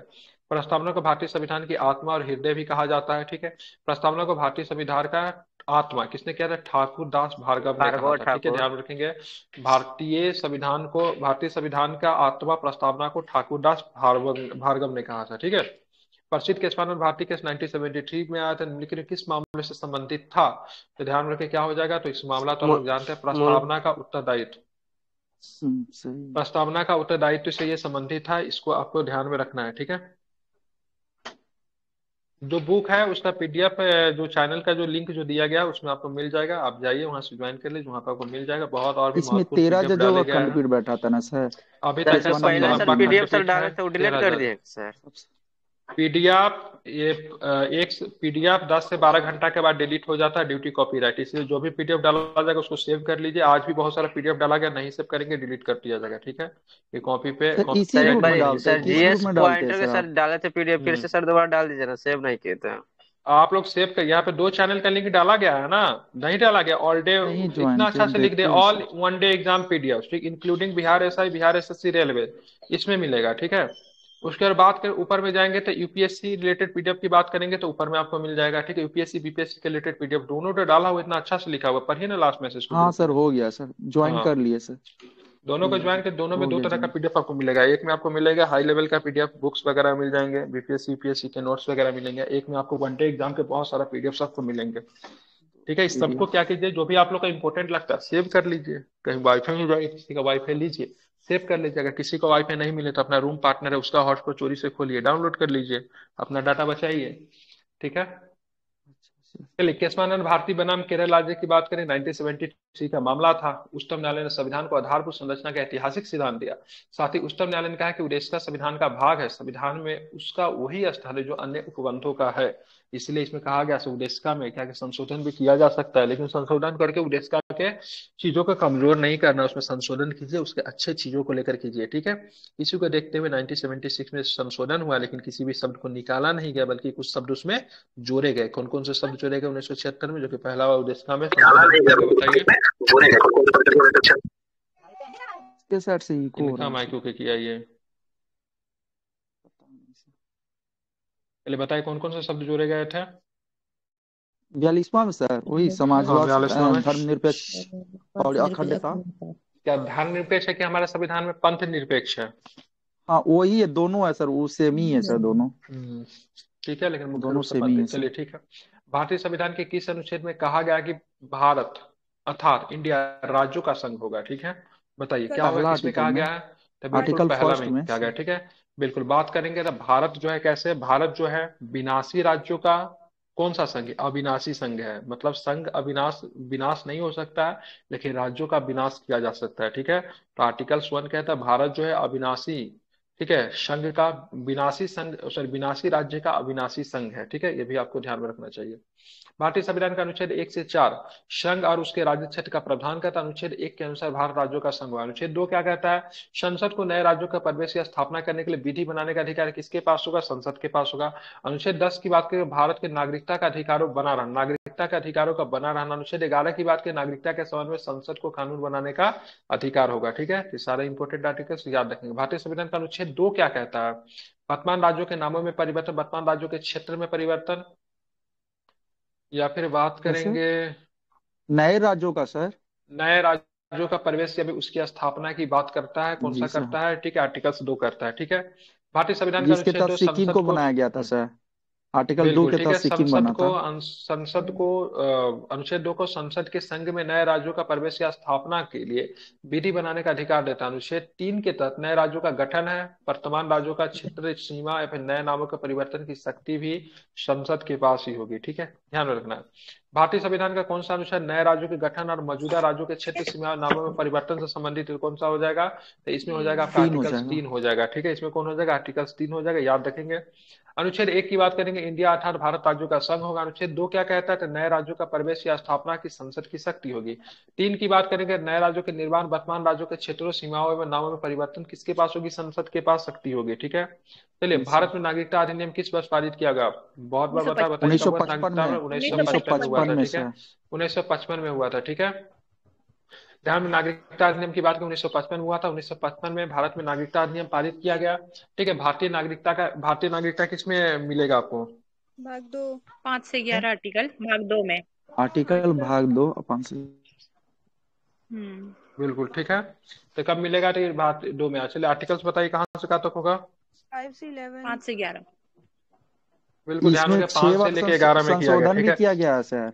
सबसे पहले नागरिकता बिल में 1956 में, 1986 में एक बार, ठीक है, 92 में, फिर 1992 में सर, उसके 2003 बाद में, 2003 में, 2005, 2005 2015, में, 2019, ठीक है, 2015, 2015 में, ठीक है, 2019 में। ठीक है, लेकिन सबका आधार वर्ष क्या रहेगा? तो 1955 ही रहेगा। ठीक है, 2 2 4 2 जी 6, सर। ठीक है, 6 बार हो जाएगा। 1955 वाला जोड़ेंगे तो उस 1955 वाला नहीं, जो सबसे पहले 1986 में, 1992 में, 2003 में, 2000, ठीक है, 5 में, 2015 में और 2019 वाला तो हम लोगों ने अपने आंखों से देखा है, जिसमें एनसीसी क्या था उसको, एनआरसी, और ये क्या था? सीएए। सीआरआर नहीं होता, इकोनॉमिक्स में होता है सीएए। यारा तो उसमें cash reserve ratio CA sir गलती से निकल गया। एक होता है एनआरसी। ठीक है, तो ये सबको लेकर 2019 में विवाद हुआ था। ठीक है, काफी अधिक। ठीक है, ध्यान में रखेंगे। चलिए, तो ये 6 बार इसमें संशोधन हुआ। ठीक है, आप लोग इसे याद रखें, इंपॉर्टेंट रहेगा। ठीक है, 5 से 11 तो नागरिकता के बारे में कहा गया। भारतीय संविधान का अनुच्छेद 11 नागरिकता के संबंध में कानून बनाने की शक्ति की बात करेंगे। ठीक है, किसे देता है? संसद को देता है। ठीक है, भारत में ब्रिटेन के समान एकल नागरिकता का प्रावधान किया गया। ठीक है, हमारे यहाँ डुअल सिटीजनशिप नहीं, हमारे यहाँ सिंगल सिटीजनशिप है। ठीक है, निम्नलिखित में से कौन सा भारत का नागरिक बनने के शर्त के रूप में गलत तरीके से सूचीबद्ध किया गया? देशीयकरण के द्वारा नागरिक, संपत्ति के अधिग्रहण के माध्यम से नागरिकता, जन्म से नागरिकता या फिर वंश के द्वारा नागरिकता? ठीक है, संपत्ति के अधिग्रहण के माध्यम से नागरिकता नहीं हो सकता। मतलब कोई व्यक्ति अगर चाहे भारतीय बैंक में पैसा वगैरह जमा करके अगर चाहे कि नागरिकता ले ले तो संभव नहीं है। ठीक है, ध्यान पॉसिबल रखेंगे। नहीं है। हाँ बिल्कुल ठीक है, भारत की संपत्ति के अधिग्रहण के माध्यम से नागरिकता प्राप्त नहीं हो सकती है। ठीक है, भारत में नागरिकता अधिनियम 1955 में नागरिकता ग्रहण करने की 5 विधि है। पहले जन्म के द्वारा नागरिकता, वंश के द्वारा नागरिकता, वंशीकरण के द्वारा नागरिकता, देशीयकरण के द्वारा नागरिकता, किसी भूभाग को भारत में मिलाकर नागरिकता इसके आधार पर लिया जा सकता है, जैसे सिक्किम को दिया गया। ठीक है, चलिए, भारतीय संविधान के निम्नलिखित में से किस भाग में, ठीक है, नागरिकता का वर्णन किया गया? नागरिकता का वर्णन किस भाग में, भाग क्या 2। बताएंगे? बिल्कुल, भाग 2 में आपको तो नागरिकता उसमें का वर्णन किया गया, ठीक है। भारतीय संविधान के भाग 2 में अनुच्छेद 5 से 11 तक नागरिकता का वर्णन किया गया। भारत में ब्रिटेन के समान एकल नागरिकता का प्रावधान किया गया। नागरिकता के संबंध में कानून बनाने का अधिकार किसके पास है, तो क्या बताएंगे?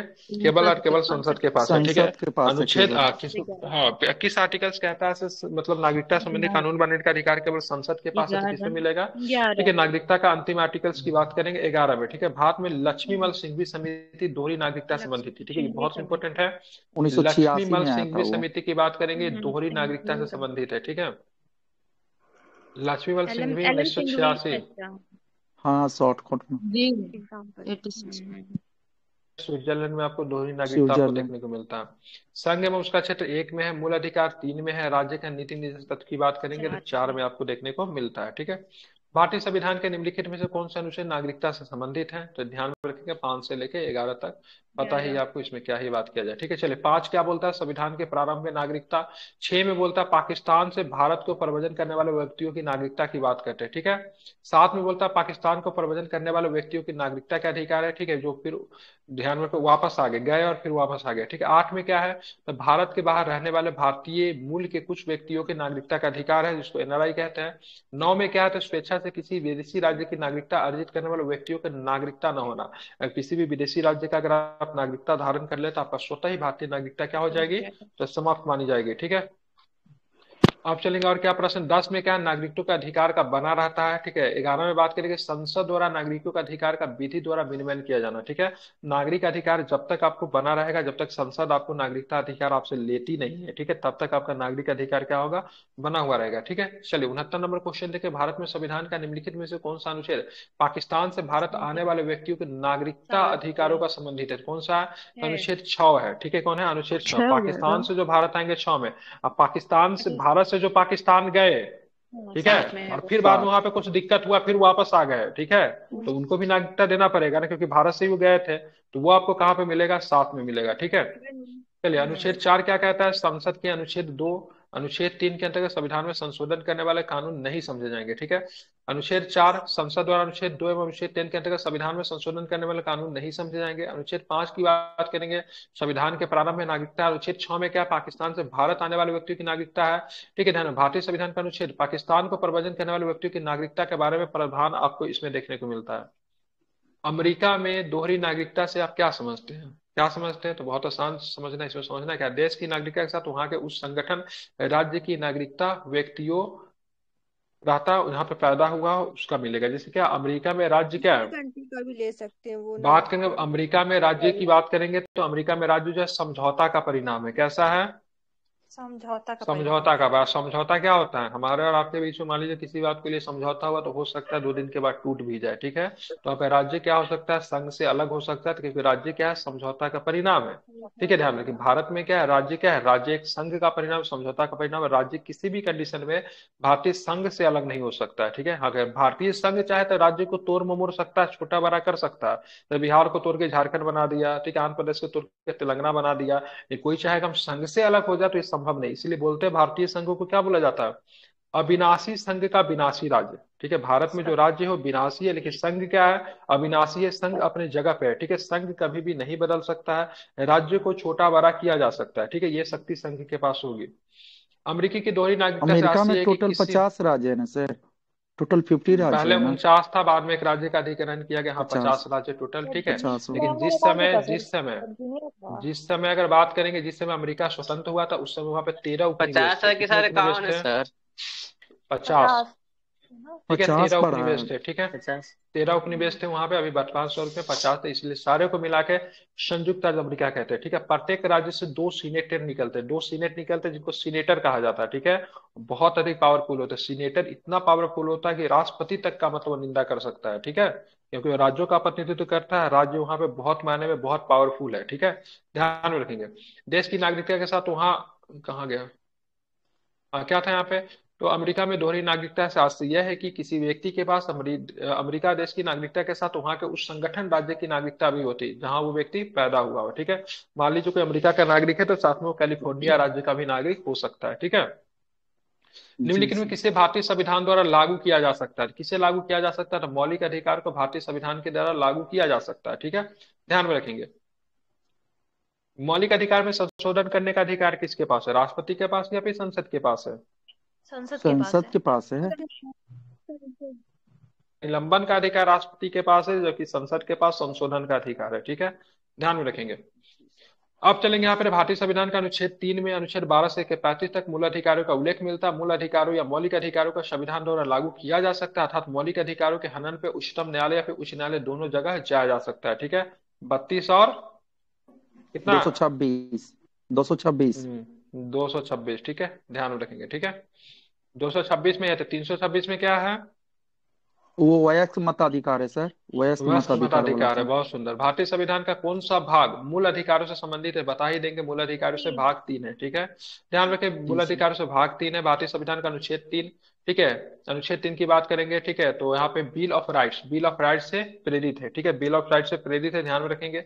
भारतीय संविधान द्वारा अपने नागरिकों को व्यापक मूल अधिकार प्रदान किया गया। ठीक है, 1 में क्या है, संघ और उसका राज्य क्षेत्र, 2 में नागरिकता है, और 4 में बात करेंगे राज्य के नीति निर्देशक सिद्धांत है। क्या तो राज्य के नीति निर्देशक संविधान क्या संविधान के मूल भाग थे, मूल अंग थे? बाद में जोड़े गए हैं। नहीं, बाद में ये जोड़े गए हैं शुरू सर। से ही था। राज्य एक के मिनट नीति सर, सिद्धांत कैसे नहीं था?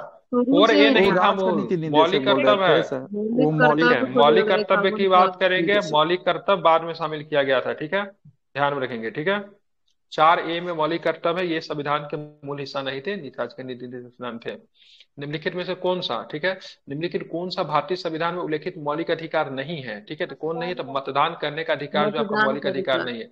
तो मतदान करने का अधिकार मौलिक दोनों में अधिकार नहीं है, दे तो कौन सा, लीगल कौन सा अधिकार लीगल है? राइट है, कानूनी अधिकार है। बिल्कुल ठीक है, कानूनी कानूनी या फिर अधिकार वैधानिक अधिकार। ठीक है, समानता का अधिकार कहाँ से कहाँ तक मिलेगा, तो क्या बताएंगे? 14 से 18 14 से 18, 19 से 22, 19 से 22 22 22। ठीक है, शोषण के विरुद्ध अधिकार कहाँ से कहाँ तक मिलेंगे, तो क्या 23 बताएंगे? 24 आया शोषण था के विरुद्ध दरोगा के में अधिकार क्वेश्चन के तहत, शोषण के विरुद्ध अधिकार की बात करेंगे तो बंधुआ मजदूरी को समाप्त कर दिया गया। सरकार ने बंधुआ मजदूरी को कब समाप्त किया था? 1976 के अधिनियम से सर, बहुत सुंदर, 1976 में किया था। 1976 में समाप्त किया गया था। बहुत 1976 सुंदर। प्रीवी पर्स को कब समाप्त किया गया था? समानता का अधिकार का उल्लंघन हो रहा था, प्रीवी पर्स को कब समाप्त किया गया था? 1971। ठीक है, चलिए आप हमें ये बताएं, धर्म की एगो स्वतंत्रता। एक सवाल है, जैसे कि मतदान देने का अधिकार आप बोले, उसको कानूनी अधिकार बोले, संवैधानिक अधिकार भी कह सकते हैं उसको? कानूनी अधिकार, संवैधानिक अधिकार संवैधानिक नहीं, कैसे कहेंगे सर? कॉन्स्टिट्यूशनल राइट, संवैधानिक बोलेंगे अधिकार वो नहीं, भाई। कॉन्स्टिट्यूशनल राइट नहीं है। तो उसको कॉन्स्टिट्यूशनल राइट संविधान देने का अधिकार नहीं है, कानूनी अधिकार ही बोलेंगे उसको। क्या कहते हैं, जब संशोधन करके संविधान में ही ना ऐड किया गया, तो संवैधानिक कोई नहीं राइट, कहेंगे? संविधानिक कोई अधिकार कहाँ है? संवैधानिक कोई अधिकार नहीं होता है। ठीक है, संवैधानिक अधिकार कोई नहीं होता है। कल सवाल सुने, आया ये है, मेरा इसलिए पूछ संवैधानिक रहे हैं। अधिकार है। कल क्या आया कानूनी था सवाल? कल जो था लॉ का कुछ चल रहा था, उसमें सवाल था MPCJ में, चीफ जुडिशरी का था सवाल। उसमें कानूनी अधिकार ऑप्शन में था भी नहीं, संवैधानिक था, लोकतांत्रिक था, इस तरह करके 4 ऑप्शन था। इस संवैधानिक कोई अधिकार तो नहीं होता है, तो ये मेरा संवैधानिक अधिकार है, ऐसा तो नहीं कह सकते हैं। देखेंगे इसको, देखना पड़ेगा। ठीक है, ठीक। चलिए, धर्म की स्वतंत्रता का अधिकार किसमें आपको मिलेगा? धर्म की स्वतंत्रता का अधिकार 25 से 28 25 से अधिकार। संस्कृति और शिक्षा संबंधी अधिकार किसमें है? 29 संवैधानिक उपचारों का अधिकार किसमें है? 32 में। किस वर्ष? ठीक है, 44वें संविधान संशोधन द्वारा संपत्ति के अधिकार को मूल अधिकारों को मूल सूची से हटा दिया गया 1978 में। किसकी सरकार थी? हमारी थी, आपकी थी, बीजेपी की थी, जनता पार्टी की थी, अभी कांग्रेस की सरकार की थी। ठीक है, जनता पार्टी की सरकार थी। किसकी थी? जनता पार्टी की 1977 से 1979 तक रहे थे वो। बिल्कुल ठीक है, चलिए अब चलेंगे यहाँ पे बताना है 1978 में संपत्ति के अधिकार को एक कानूनी अधिकार बना आर्टिकल दिया गया। 300 ठीक का है, कम ध्यान कर में दिया रखें। गया, ठीक है, जो अब विधायी का ठीक है, अधिकार है सर। बिल्कुल ठीक है, ध्यान में प्रथम संविधान संशोधन 1951 में किया गया। ठीक है, भारतीय संविधान संशोधन की प्रक्रिया दक्षिण अफ्रीका के संविधान से ली गई है। निम्नलिखित में से किस अधिकार को 44वें संविधान संशोधन अधिनियम के द्वारा मूल अधिकारों की सूची से हटा दिया गया? तो सिंपल प्रश्न वही है, फिर से क्या हो जाएगा? संपत्ति का अधिकार। ठीक है, ध्यान रखेंगे, समानता का अधिकार 14 से लेकर 18 तक है, धार्मिक स्वतंत्रता 25 से लेकर 28 तक है। निम्नलिखित में से कौन सा, ठीक है, निम्नलिखित कौन सा मूल अधिकार, एक मौलिक अधिकार जिसको 1978 में अनुच्छेद 300 के ए के अनुसार कानूनी अधिकार बना दिया गया? तो कौन सा होगा? संपत्ति अधिकार होगा। ये तो आपको देखने को मिलता था, संपत्ति अधिकार कितने नंबर का मौलिक अधिकार था ये हमारा? 7वां। कितने नंबर? 6 नंबर का वो था ये, ठीक है। कितने हाँ, नंबर का? 6 नंबर पे मौलिक अधिकार था, ठीक है। कहाँ कहाँ पे आपको ये दिख जाता था ये? कहाँ कहाँ पे दिखता था? 19 के एफ एफ में ठीक है और 31। बिल्कुल हाँ 31 31 में में था, सही है 19 के एफ में था, ठीक है। 19 की एफ में इसमें कितने प्रकार का मौलिक अधिकार की बात की गई है? 6 था ना प्रकार की। हाँ 6 बिल्कुल, प्रकार पहले 6 प्रकार का मौलिक अधिकार का बात करें, ठीक है। किस आर्टिकल्स के अनुसार 6 प्रकार का मौलिक अधिकार इमरजेंसी में उन्मूलन हो जाता, समाप्त हो जाता है? 358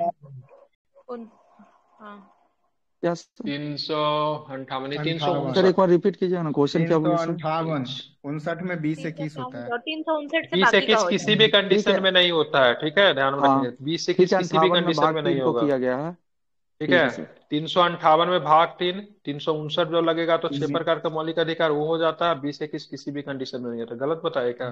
देख लीजिए, इधर उधर हो सकता है। 20 से 21 किसी भी नहीं सर कंडीशन में सही है नहीं सर होगा। हमें भी याद है सर ठीक है, चलिए। 44वें संविधान संशोधन 1978 के द्वारा संपत्ति के अधिकार को कानूनी अधिकार देकर संविधान के 300 के काम में क्या कर दिया गया? शामिल कर दिया गया, ठीक है। भारतीय संविधान के किस नहीं सर अनुच्छेद में यह सही में उल्लेख है? उल्टा हो गया सर वही उल्टा हो गया 358 भाग में 3 6 है प्रकार के मौलिक 59 अधिकार। में हाँ तो यस ये सर 3 में भाग जाएगा, 3 ठीक आ है। रहा है 59 में आ रहा है सर ठीक है, ये डाउट आप 358 में बोले तो जाएगा तो खुद 6 देख लीजिए प्रकार के मौलिक अधिकार, ठीक है। हाँ मुझे डाउट जी लग रहा है सर 6 प्रकार के, जो 19 में जो दिया गया सो जाएगा 358 के तहत। अब 20 से 58 किस वही तो किसी भी बोले सर। कंडीशन में नहीं जाएगा, ठीक है। 20 से 21 को समाप्त करने के लिए विधि द्वारा स्थापित प्रक्रिया के अनुसार ही 20 से 21 को समाप्त कर सकते हैं। किसी व्यक्ति को फांसी देना है, उसको करना है, तो उसके लिए स्टेट के लॉ विधि द्वारा स्थापित प्रक्रिया के अनुसार ही, ठीक है। किसी भी कंडीशन में 20 से 21 को समाप्त नहीं किया जा सकता है, ठीक है। चलिए दूसरी बात करेंगे। हाँ उसके बाद 358 या फिर 359 अगर आपको लगाना है ना, तो जब भी देश पे बाहरी आक्रमण होगा वही सशस्त्र विद्रोह के आधार पर 358 359 नहीं लग सकता है। 1978 में इसको किया गया था, ठीक है। इसको लागू करने के लिए देश पे बाहरी आक्रमण युद्ध के समय हो सकता है। 358 359 सशस्त्र विद्रोह के आधार पे, ठीक है, नहीं लगेगा, ठीक है। ध्यान रखिए, इसको सुधार किया गया था। आप चलेंगे यहाँ पे, ठीक है। भारतीय संविधान के किस अनुच्छेद में यह उल्लेख किया कि जो कानून किसी भी मौलिक अधिकार के साथ असंगत है या उनका अल्पीकरण करते हुए ऐसी असंगति का सीमा को शून्य करेंगे? किस आर्टिकल्स में है? मतलब मौलिक अधिकार के खिलाफ कोई भी कानून अगर बनेगा तो स्वतः ही मतलब शून्य हो जाएगा। किस 13 आर्टिकल्स में? 13 में है। ठीक है 13 बिल्कुल 13 13 में से मिलेगा, ठीक है। किसमें लगेगा? बिल्कुल 13 में है, ठीक है। आर्टिकल्स 12 क्या कहता है? आर्टिकल्स 12 क्या कहता है? अब स्टेट का डेफिनेशन मतलब ठीक है, सारे मौलिक अधिकार के सही अंतर्गत राज्यों की परिभाषा देता है, ठीक है। 14 क्या कहता है? विधि के समक्ष समानता, ठीक है, ध्यान रखिएगा। 15 समानता क्या होता है? मूल जाति लिंग ये सब के स्थान पर भेदभाव वर्जित होगा, ठीक है, ध्यान में रखेंगे, ठीक है। आप चलेंगे, बात करेंगे। हाँ 16 की बात करें, लोक नियोजन के विषय में अफसर की संभावना। ये सारे के सारे आर्टिकल जो है, ठीक है, ध्यान में रखेंगे, सापेक्ष है, ठीक है। मतलब इसमें सब में आपको कहीं ना कहीं तू मैं देखने को मिलेगा, ठीक है। एक आर्टिकल्स की बात कॉमन करेंगे जो कि मिलेगा निरपेक्ष है, ठीक है। क्या है? 17 17, जो ठीक है। 17 में किसी भी प्रकार का तू मैं नहीं है। अगर 17 का उल्लंघन होगा तो किसी के आधार पर भी वो उल्लंघन ही होगा, ठीक है, ध्यान में रखेंगे। बाकी अनुच्छेद 16 में भी भेदभाव किया जा सकता है, 14 में भी किया जा सकता है, 15 में भी भेदभाव है, लेकिन 17 में किसी भी प्रकार का भेदभाव नहीं है, ठीक है। चलिए बात करें। जनता के राज्य के दमनकारी कार्यों को बचाने के लिए मौलिक अधिकार को गारंटी दी गई। उन्हें न्यायिक निर्णय भारतीय संविधान के द्वारा परिभाषित राज्य शब्द के दायरे का विचार करता है, ठीक है। तो कौन सा है राज्य शब्द? किसमें है? आर्टिकल्स 12 में, ठीक है, 12 में 12 12 में, में ठीक है।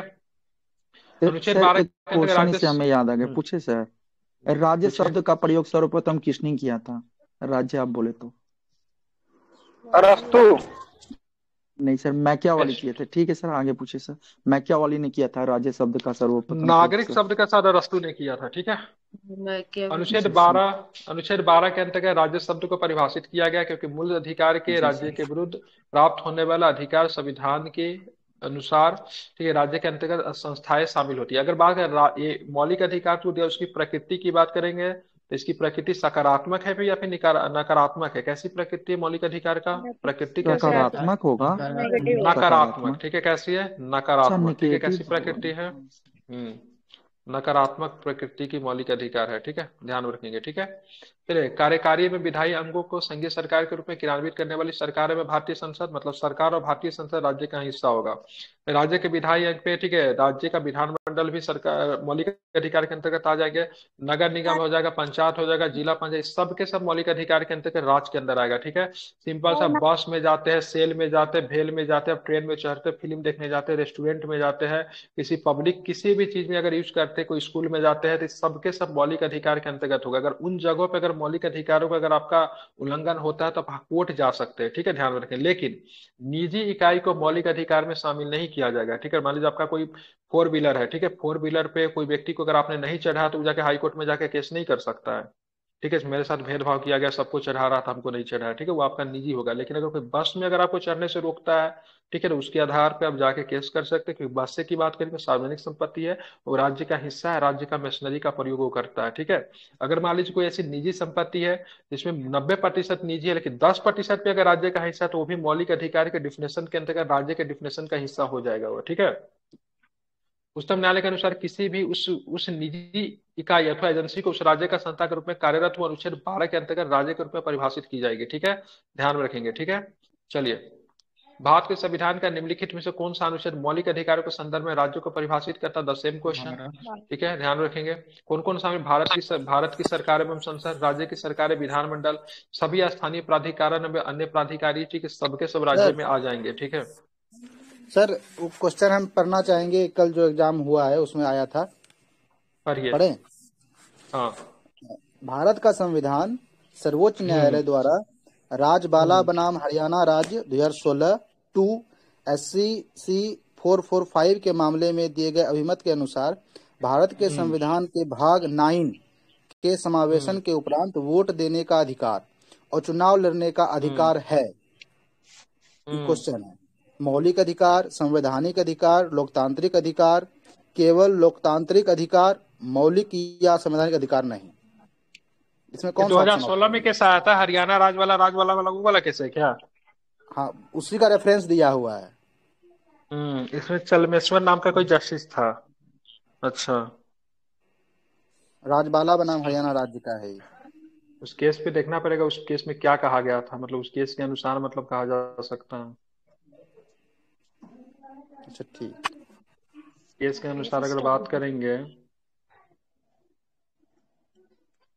ये हरियाणा वाले 2015-16 में जो केस आया था उसको मतलब ठीक है ध्यान में रखेंगे।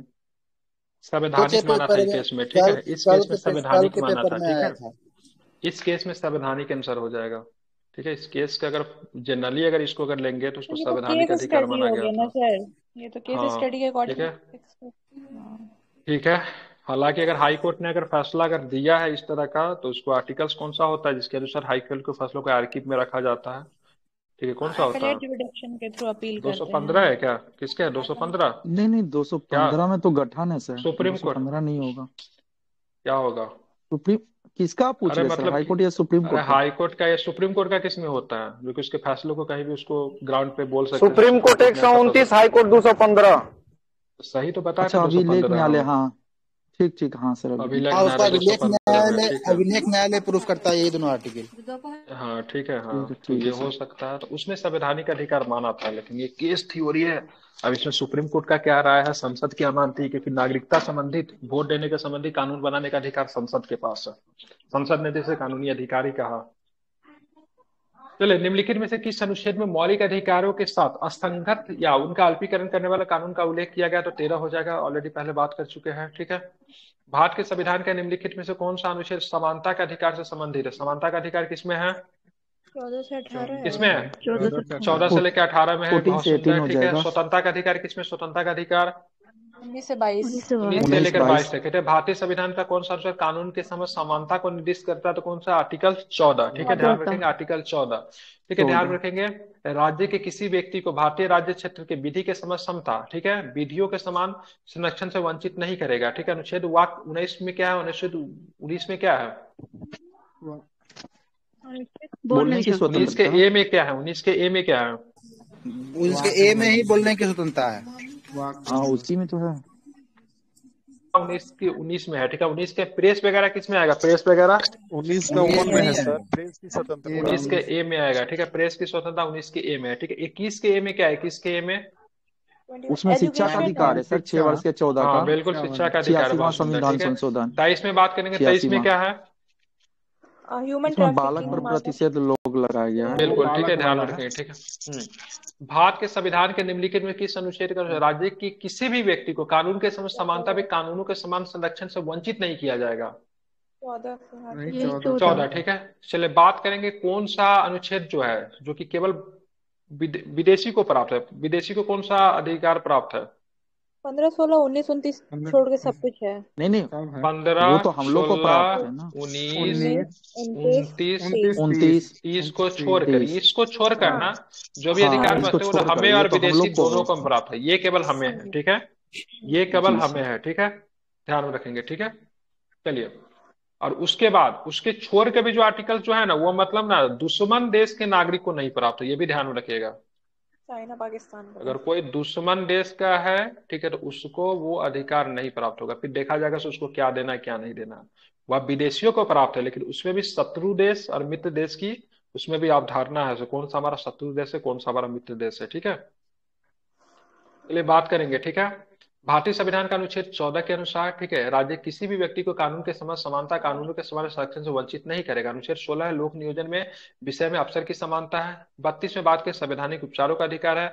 और 44 में, ठीक है, यूसीसी, ठीक है, यूसीसी की बात करेंगे। यूसीसी को लेकर कौन से राज्य सबसे पहला यूसीसी लागू करने वाला राज्य बन सकता है? गोवा। उत्तराखंड बन सकता है। गोवा में तो उत्तराखंड, उत्तराखंड, ठीक है, उत्तराखंड बन सकता है, ठीक है, ध्यान में रखेंगे। सर उसके बाद एक असम सवाल, बोल रहा है। जो शत्रु देश और मित्र देश बोलते हैं, तो इसका क्या भारत सरकार लिस्ट जारी करती है कि हाँ ये शत्रु नहीं देश नहीं है? नहीं, कोई डिफिनेशन नहीं है, कोई नहीं नहीं, डिफिनेशन नहीं, ऐसा कौन सा हमारा शत्रु देश है तो कौन हमारा मित्र देश है, वो कोई डिफिनेशन। हाँ, जिसके साथ युद्ध अगर चल रहा होगा ना वो हमारा शत्रु देश स्वतः हो जाएगा। जैसे अभी पाकिस्तान को हम शत्रु देश कह सकते हैं? नहीं नहीं, ऐसा तो कोई नहीं कहा गया कि अभी नहीं पाकिस्तान कर हमारा सकते। शत्रु देश है। वही युद्ध न, चल रहा कहा है तो वही हमारा शत्रु देश होगा। परमाणु का जितना भी है कि कहाँ कहाँ एरिया है, हम लोग तो डील करते हैं, हम उसको हाँ बताते हैं, बिल्कुल उनको बताता है। बताते हो हमें, क्योंकि यहाँ पे कहा गया किसी भी परिस्थिति में एक दूसरे के परमाणु जो परमाणु क्षेत्र वाला जो जगह है उस पर हमला नहीं करेंगे, ठीक है, रिएक्टर पे हमला नहीं करेंगे, क्योंकि युद्ध तो में अगर कोई मानव शत्रु जाति देश के लिए, होगा हाँ, तो अगर कोई शत्रु देश होगा तो हमें ये जानकारी आदान प्रदान कर सकते वो हैं। संसद के पास अधिकार होगा उसको डिफाइन करने का। अगर ऐसा कुछ केस आएगा ना, अगर उस समय देश में कुछ होगा तो संसद बोलेगा कि ये हमारा शत्रु देश है वर्तमान स्वरूप में, इसलिए ये अधिकार से उसको वंचित नहीं कर सकते। तो मौलिक अधिकार को लेकर पूरा पूरा संसद के पास काम है, संसद डिसाइड तो करेंगे जैसे कि बोल किसको चाल कौन हम सा लोग मौलिक सीधे बोलते अधिकार हैं देना है। पाकिस्तान जैसा नहीं बोल सकते हैं फिर?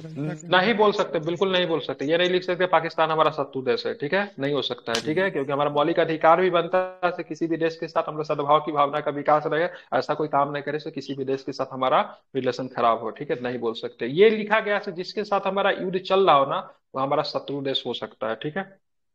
हालांकि ऐसा कोई परफेक्ट डिफिनेशन संविधान में कहीं भी, आर्टिकल 34 के बारे में भी, ठीक है, मार्शल आर्ट है कि मार्शल आर्ट लगाने के समय कौन सा मौलिक अधिकार को समाप्त किया जाएगा ये भी नहीं लिखा हुआ है। तो इस समय सब संसद के पास अधिकार चला जाता है, सो संसद डिसाइड करती है, ठीक है। चलिए अब आगे चलें। भारतीय संविधान का कौन सा अनुच्छेद यह बताता है कि एक भारतीय नागरिक को किसी भी रेस्तरां, सड़क और सार्वजनिक स्थान पर उपयोग करने के अधिकार होगा। जैसे ये सारे के सारे राज्य के परिवेश में आ जाएंगे, ठीक है, क्योंकि हमारे जो संविधान बनाने वाले तो उन्होंने इन चीज को झेला था, ठीक है। रेस्तरां में देखेंगे ब्रिटिश समय dogs and Indians are not allowed लिखा रहता था।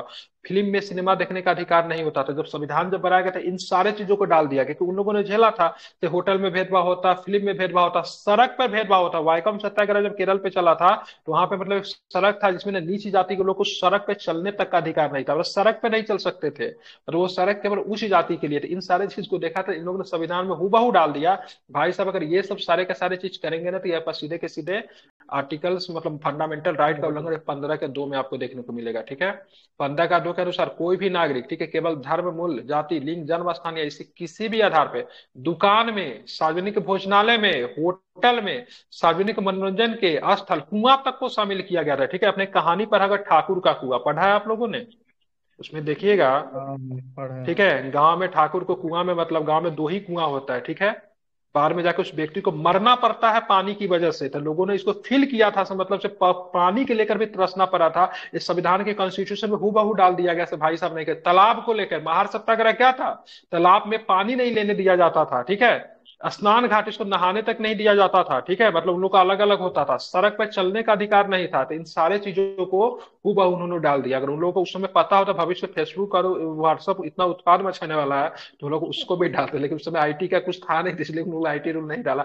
जो जो जिनको उन्होंने फील किया था अपने जीवन में सबको हूबहू डाल दिया। इस आधार पर आप लोग भेदभाव नहीं कर सकते हैं, ठीक है। ध्यान, ये सारे के सारे राज्य के डिफिनेशन का आर्टिकल्स 12 के अंतर्गत सबके सब आ जाएंगे, ठीक है, ध्यान में रखेंगे। लेकिन कुआं किसी का व्यक्तिगत होगा तो वहां पे नहीं काम करेगा, तालाब किसी का व्यक्तिगत होगा तो नहीं काम करेगा। वैसा नहीं किसी का व्यक्तिगत तालाब है, आप बोलेगा मुझसे मछली जाकर पकड़वे करेंगे, ठीक है, तो फिर वहां पे उसका उल्लंघन हो जाएगा, ठीक है, ध्यान रखिएगा। तो ये सब व्यक्तिगत अगर हो जाएगा तो उस पर राज्य का डिफिनेशन नहीं लागू करेगा। लेकिन अगर सार्वजनिक है तो है, या फिर सार्वजनिक कहने का व्यक्तिगत भी है, क्योंकि राज्य का 2-4% भी अंश अगर उसमें लगा हुआ है ना, तो वहां पर भी राज्य का डिफिनेशन लागू होता है। इसका उपयोग करने के लिए किसी शर्त या प्रतिबंध के अधीन नहीं होगा। अनुच्छेद 14 का अगर विधि के समक्ष समता था विधियों का समान संरक्षण होगा। अस्पृश्यता 17 में है, लोक नियोजन 16 में है। राज्य किसी भी नागरिक के साथ मूल वंश, धर्म, जाति, लिंग, स्थान या इनमें से किसी भी आधार पर कोई भेदभाव नहीं करेगा। किसमें?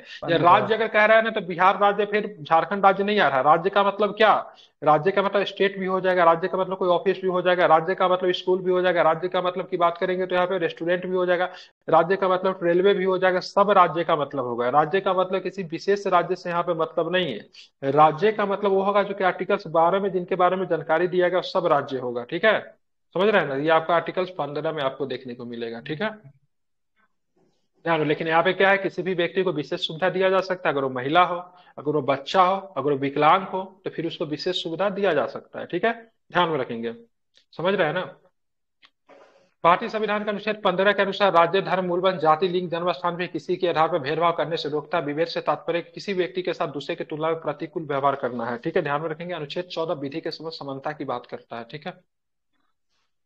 आप चलेंगे, आगे चलेंगे तो आगे क्या प्रश्न है, आगे देखेंगे। अनुच्छेद 19 क्या है, तो वाक्य में व्यक्ति की स्वतंत्रता का प्रावधान है। 23 की बात कर मानव के दुर्व्यवहार और बलात् श्रम का प्रतिषेध है, ठीक है। प्रोस्टिट्यूशन वगैरह को भी इसी में अलीगल किया गया, ठीक है, ध्यान। देह व्यापार से लेके ह्यूमन पार्ट का ट्रैफिक वगैरह को भी इसमें इलीगल किया गया, ठीक है। भारतीय संविधान के निम्नलिखित में से किस अनुच्छेद के तहत अवसरों की समानता फिर नागरिकों को पिछड़े वर्ग के लिए उचित वर्गीकरण का प्रावधान शामिल है? इसमें मिलेगा अवसर की समानता, किसमें है? 16 में मिलेगा, ठीक है। 18 में क्या, 18 में क्या है? एबोलिशन ऑफ टाइटल, उपाधि का अंत है, ठीक है। लेकिन हम लोग भारत रत्न, भारत विभूषण, ठीक है, ये सब पद्म विभूषण, पद्म भूषण, ये सब क्या है? अवार्ड है। ये क्या है? ये सब के सब क्या है? अवार्ड है, ठीक है। इसको सरकार ने उपाधि नहीं माना था, ठीक है। अगर उपाधि मानेगा तो आर्टिकल 18 का उल्लंघन होगा। इसीलिए सरकार ने बोला अच्छे काम आप लोगों ने किए, इसलिए आपको क्या दिया जाता है? अवार्ड दिया जाता है, ठीक है, ध्यान में रखेंगे। 16 में क्या था? लोक नियोजन में अवसर की समानता है ना। सेना का छोड़िए ना, सेना की बात करेंगे, शैक्षणिक क्षेत्र की बात नहीं हो रही है, ठीक है, शैक्षणिक क्षेत्र की बात नहीं हो रही है, ठीक है। सेना और शैक्षणिक की नहीं, इसमें आप लोग उपाधि धारण कर सकते हैं, ठीक है।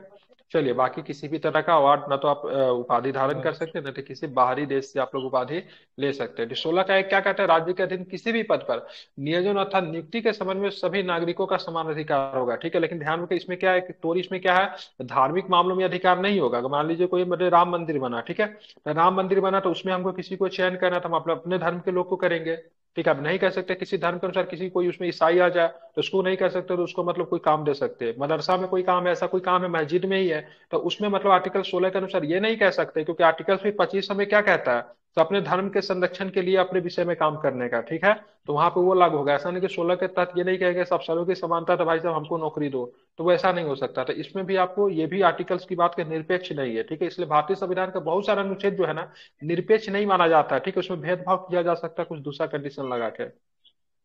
अनुच्छेद 16 के केवल प्रारंभिक नियुक्ति के मामले में नहीं बल्कि पदोन्नति, पदोच्युति, वेतन, अवकाश, ग्रेच्युटी, पेंशन आदि में भी लागू होगा, ठीक है। तो नियुक्ति के मामले में ही नहीं, ठीक है, पदोन्नति में, ठीक है, पदच्युति में, ठीक है, वेतन में, अवकाश में, सब में मतलब ये चीजें लागू होती है। 2 क्या कहता है? कोई भी नागरिक केवल धर्म, मूल वंश, ठीक है, जाति, लिंग, जन्म स्थान, निवास स्थान, उद्भव, वंश क्रम या फिर से किसी भी आधार पर राज्य के अधीन नियोजन या किसी पद के संदर्भ में अपात्र नहीं होगा तथा उसमें विभेद नहीं किया जाएगा। 16 का 3 क्या कहता है? संसद विधि बनाकर लोक नियोजन के मामले में किसी राज्य, संघ, राज्य क्षेत्र के निवास संबंधी शर्तें लागू कर सकती है। यही तो भेदभाव हो गया, ठीक है। संसद विधि बना के कर सकती है। मान लीजिए जो व्यक्ति, मान लीजिए बिहार सरकार वैकेंसी निकाले, तो बिहार सरकार कह सकती है भाई साहब हमारे यहाँ समानता का अधिकार नहीं, 50% नौकरी जो होगा केवल महिलाओं को देंगे, ठीक है, यहीं पे भेदभाव हो गया, ठीक है। आप फिर बोल सकते हैं 60% नौकरी जो होगा केवल बिहार वालों के लिए, 40% पे भी अन्य लोग फाइट कर सकते हैं। तो आर्टिकल 16 का 3 कहता है अनुच्छेद 16 2 का अपवाद है, ठीक है, ध्यान में। अनुच्छेद 16 3 जो किसका अपवाद है? अनुच्छेद 16 का 2 का अपवाद है, क्योंकि अनुच्छेद 16 2 क्या कर रहा है? कोई भी नागरिक केवल धर्म, मूल वंश, जाति, लिंग, जन्म स्थान के आधार पर भेदभाव नहीं कर सकता है। अनुच्छेद 16 का 3 क्या कहता है? सर, राज्य के पास अधिकार होगा जो अपने लोगों को मतलब लोक नियोजन के मामले में विशेष सुविधा दे सकती है। तो आर्टिकल 16 2 का अपवाद 16 3 में ही आपको देखने को मिलता है, ठीक है। इसीलिए आप देखिएगा जैसे आप दूसरे राज्य का फॉर्म भरता क्या होता है, डोमिसाइल इस जनरल कैटेगरी से में आता चले है सर जाते हमें, हैं, ठीक है, जनरल में चले जनरल जाते से। हैं। देखिए इसका उल्लंघन हो गया, तो इस अधिकार पे आप जाके केस नहीं कर सकते। तो 16 का 2 कहता है भाई साहब जन्म स्थान के आधार पर तो भेदभाव नहीं कर सकते, तुरंत कहेगा तो 16 का 3 जाके पढ़ो। राज्य के पास ये अधिकार दिया गया है, ठीक है, से भेदभाव किया जा सकता है, ठीक है। आप चलिए 16 का 4 पढ़ेंगे, राज्यों को इस शक्ति दी गई कि वह जाति के आधार पर विभेद कर सकती है, ठीक है। ये अनुच्छेद 16(1) ढोलसों का अपवाद है, ठीक है। अब राज्य को ये पावर क्या है, जाति के अधिकार में भेद कर सकती है, जबकि 1 और 2 में ये चीज मना किया गया है, लेकिन जाति के आधार पर भेदभाव कर सकती है। अगर आप उच्च जाति से है तो आपको आरक्षण नहीं मिलेगा, निम्न जाति के लोग हैं, ठीक है, या फिर ओबीसी जो भी होता है, ठीक है, उन लोग को आरक्षण देने की बात कही गई थी। ये 1 और 2 दोनों का अपवाद होता है, ठीक है। वह मतलब कि रीजन क्या होना चाहिए, वो पिछड़ा वर्ग का होना चाहिए, उस वर्ग को राज्य के अधीन सेवाओं में पर्याप्त प्रतिनिधित्व का प्राप्त न हो। जैसे कभी कभी कोई वैकेंसी निकलेगा ना, बोलेगा केवल ये वैकेंसी ओबीसी के लिए है, ठीक है, दूसरा कोई भर ही नहीं सकता। बहुत सारा ऐसा वैकेंसी निकलता, 10 सीट रहेगा, 12 सीट रहेगा, केवल ओबीसी को लेकर रहेगा। क्यों रहेगा? Hello sir. अब तो सर ओबीसी के भी 70 रिजर्वेशन मिल रहा है। क्या कई कई वैकेंसी में तो सर ओबीसी का सीट ईडब्ल्यूएस भी होते जा 16 का 5 देखेंगे वो कि जानते धार्मिक क्या या बोल रहे सांप्रदायिक। सर, हाँ वो बोल रहे ना किसी किसी वैकेंसी में फॉर्म निकलता है ना, तो कभी कभी एसटी का नहीं रहता, तो कभी ओबीसी का उसमें सीट नहीं रहता, ये वो बोलना चाह रहे हैं। मान लीजिए, सुनिए, मान लीजिए किसी डिपार्टमेंट में वैकेंसी निकला, ठीक है, किसी भी डिपार्टमेंट मान लीजिए 100 गो सीट पहले से, ठीक है, 100 गो सीट पहले से था वहां पे, ठीक है।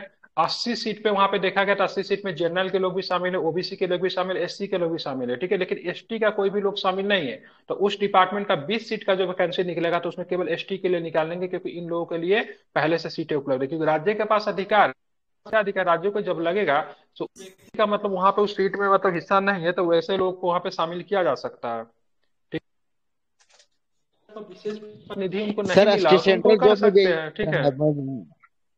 सब सर जगह एक सब सवाल जगह सेंट्रल से जॉब में भी तो किया ऐसे जा ही हो रहा सकता है, है। ठीक है, बिल्कुल, तो ठीक है, सब जगह किया जा सकता है, ठीक है। इसमें तो 10 सवाल है मेरे पास क्वेश्चन है। परसेंट ही है ना कमजोर वर्गों के लिए। PK sir. 1 मिनट मेरा फोन आ रहा है, रुकेगा जरा। ओके। और सर ये जो आप ऑनलाइन पढ़ाते हैं, ये तो बुक से ही पढ़ लेंगे, कॉन्सेप्ट पढ़ा